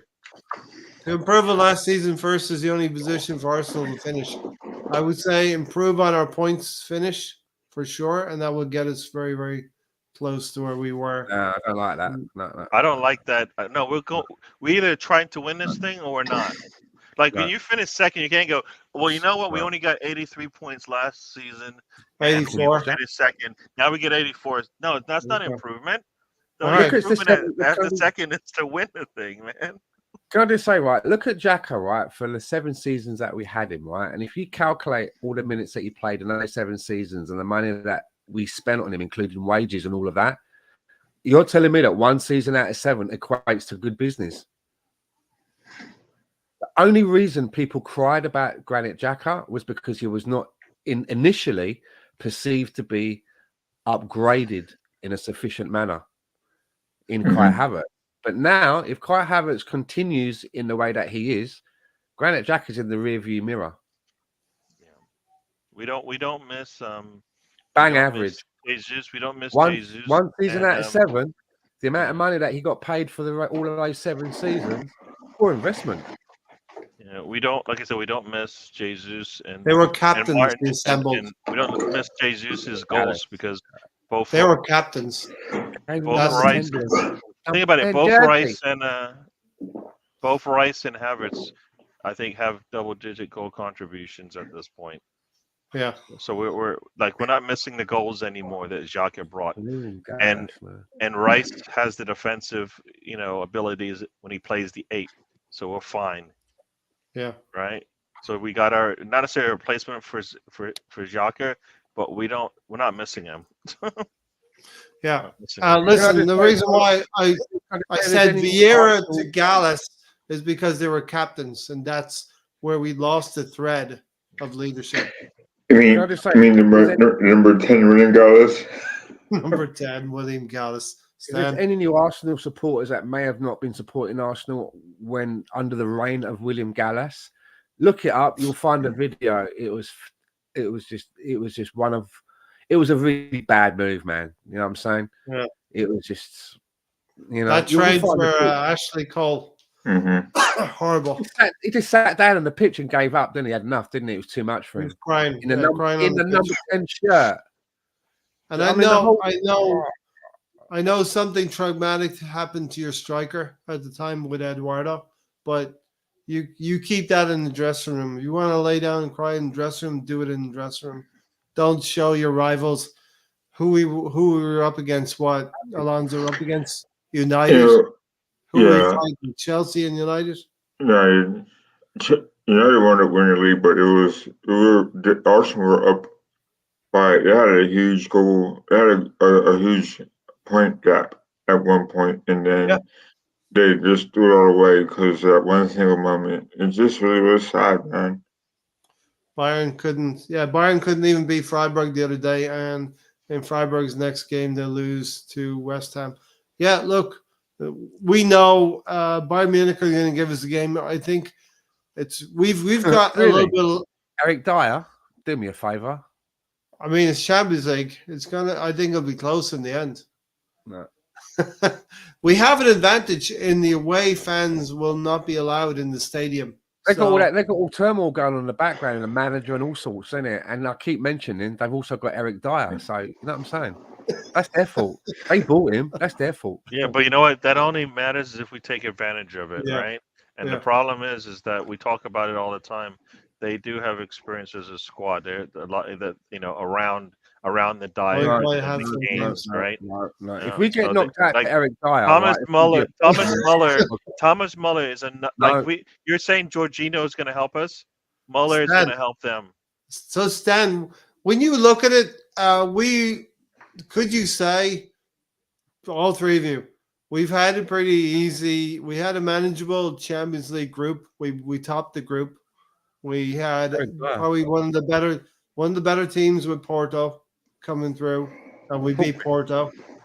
And now we have a Bayern Munich team who's not the Bayern Munich of yesteryear, and they won't have their fans for the first leg at home. So some might say we've had a pretty reasonable run to the quarterfinals here. You know what I mean? But take advantage of it. We got to take advantage of it, Gary, Stan, Alonso. And this is what we did last year. 26 wins, 6 draws, 6 losses, 28 goals for 43 against. And that's the big factor here. The metrics are in our favor this year. We're not, I think it's 23 or 25 goals against. Have to improve on 84 points. What? Do you know how you simplify all of that? All you need to say is, right, Mikel Arteta has now made Mikel Arteta has now made Arsenal into one of the best top 8 teams in Europe. Yeah. Not the top 10. We're not in the top 10. We're in the top 8. I mean, is that not? Are you not entertained? Are you not entertained? Exactly. Alonso, any final thoughts? We'll get out of here. Thanks for joining us late on, Alonso. Yeah, good to see you, Ray, Stan, and Gary. Yeah, I mean, really excited about what's coming up for Arsenal. Like you guys were saying, we got to beat, Bayern Munich. I can't stand Eric Dyer, nor I can't I was stand going to say Harry Conte Coleman. Kane. That's the other guy. But it's Harry Kane. it's been quite a run for Arsenal. They haven't lost in a while, so yeah. I mean, I hope they keep it up. I hope we win the league, of course, but there are going to be some games in there that are going to be tricky. So like I always say, I hope for the best. Hope for the best, indeed. All right. Who wants to go next, Stan or Gary? I'm kind of done, to be honest. All right. I haven't got really more Yeah. to add. All right, Gary, what have we got? Thanks for joining, Gary. Oh yeah. And, We're getting out of here. Yeah. Yeah, Yeah. No, this was a good discussion. We had, unless like, we find something else to got- disagree no, about. there's nothing. Yeah, no. I think as far as I'm concerned, the team needs to just to rest up. We did see that Partey and Tomiyasu played in a game where we lost 4-0. Yeah, So, but they got about 45 minutes or so in the game. So that's good to see. And Yeah. we didn't play any of our first team players, so I guess we're just playing academy players. So oh, I thought we Yeah. were going to lose the league now based on that 4-0 defeat. it's exercise is what it was. It's a good sweat, right? So Yeah. like I said, Tomiyasu and Partey getting more and more minutes and getting a little bit more comfortable is what we need, right? So yeah, I'm looking forward to just more players getting healthy and all the Saka and Gabriel and Martinelli kind of sitting Ben out and not White. playing. No, and Ben White's not sitting out for an injury or anything, but No, the ones that are, I'm hoping they're ready to go come the 31st.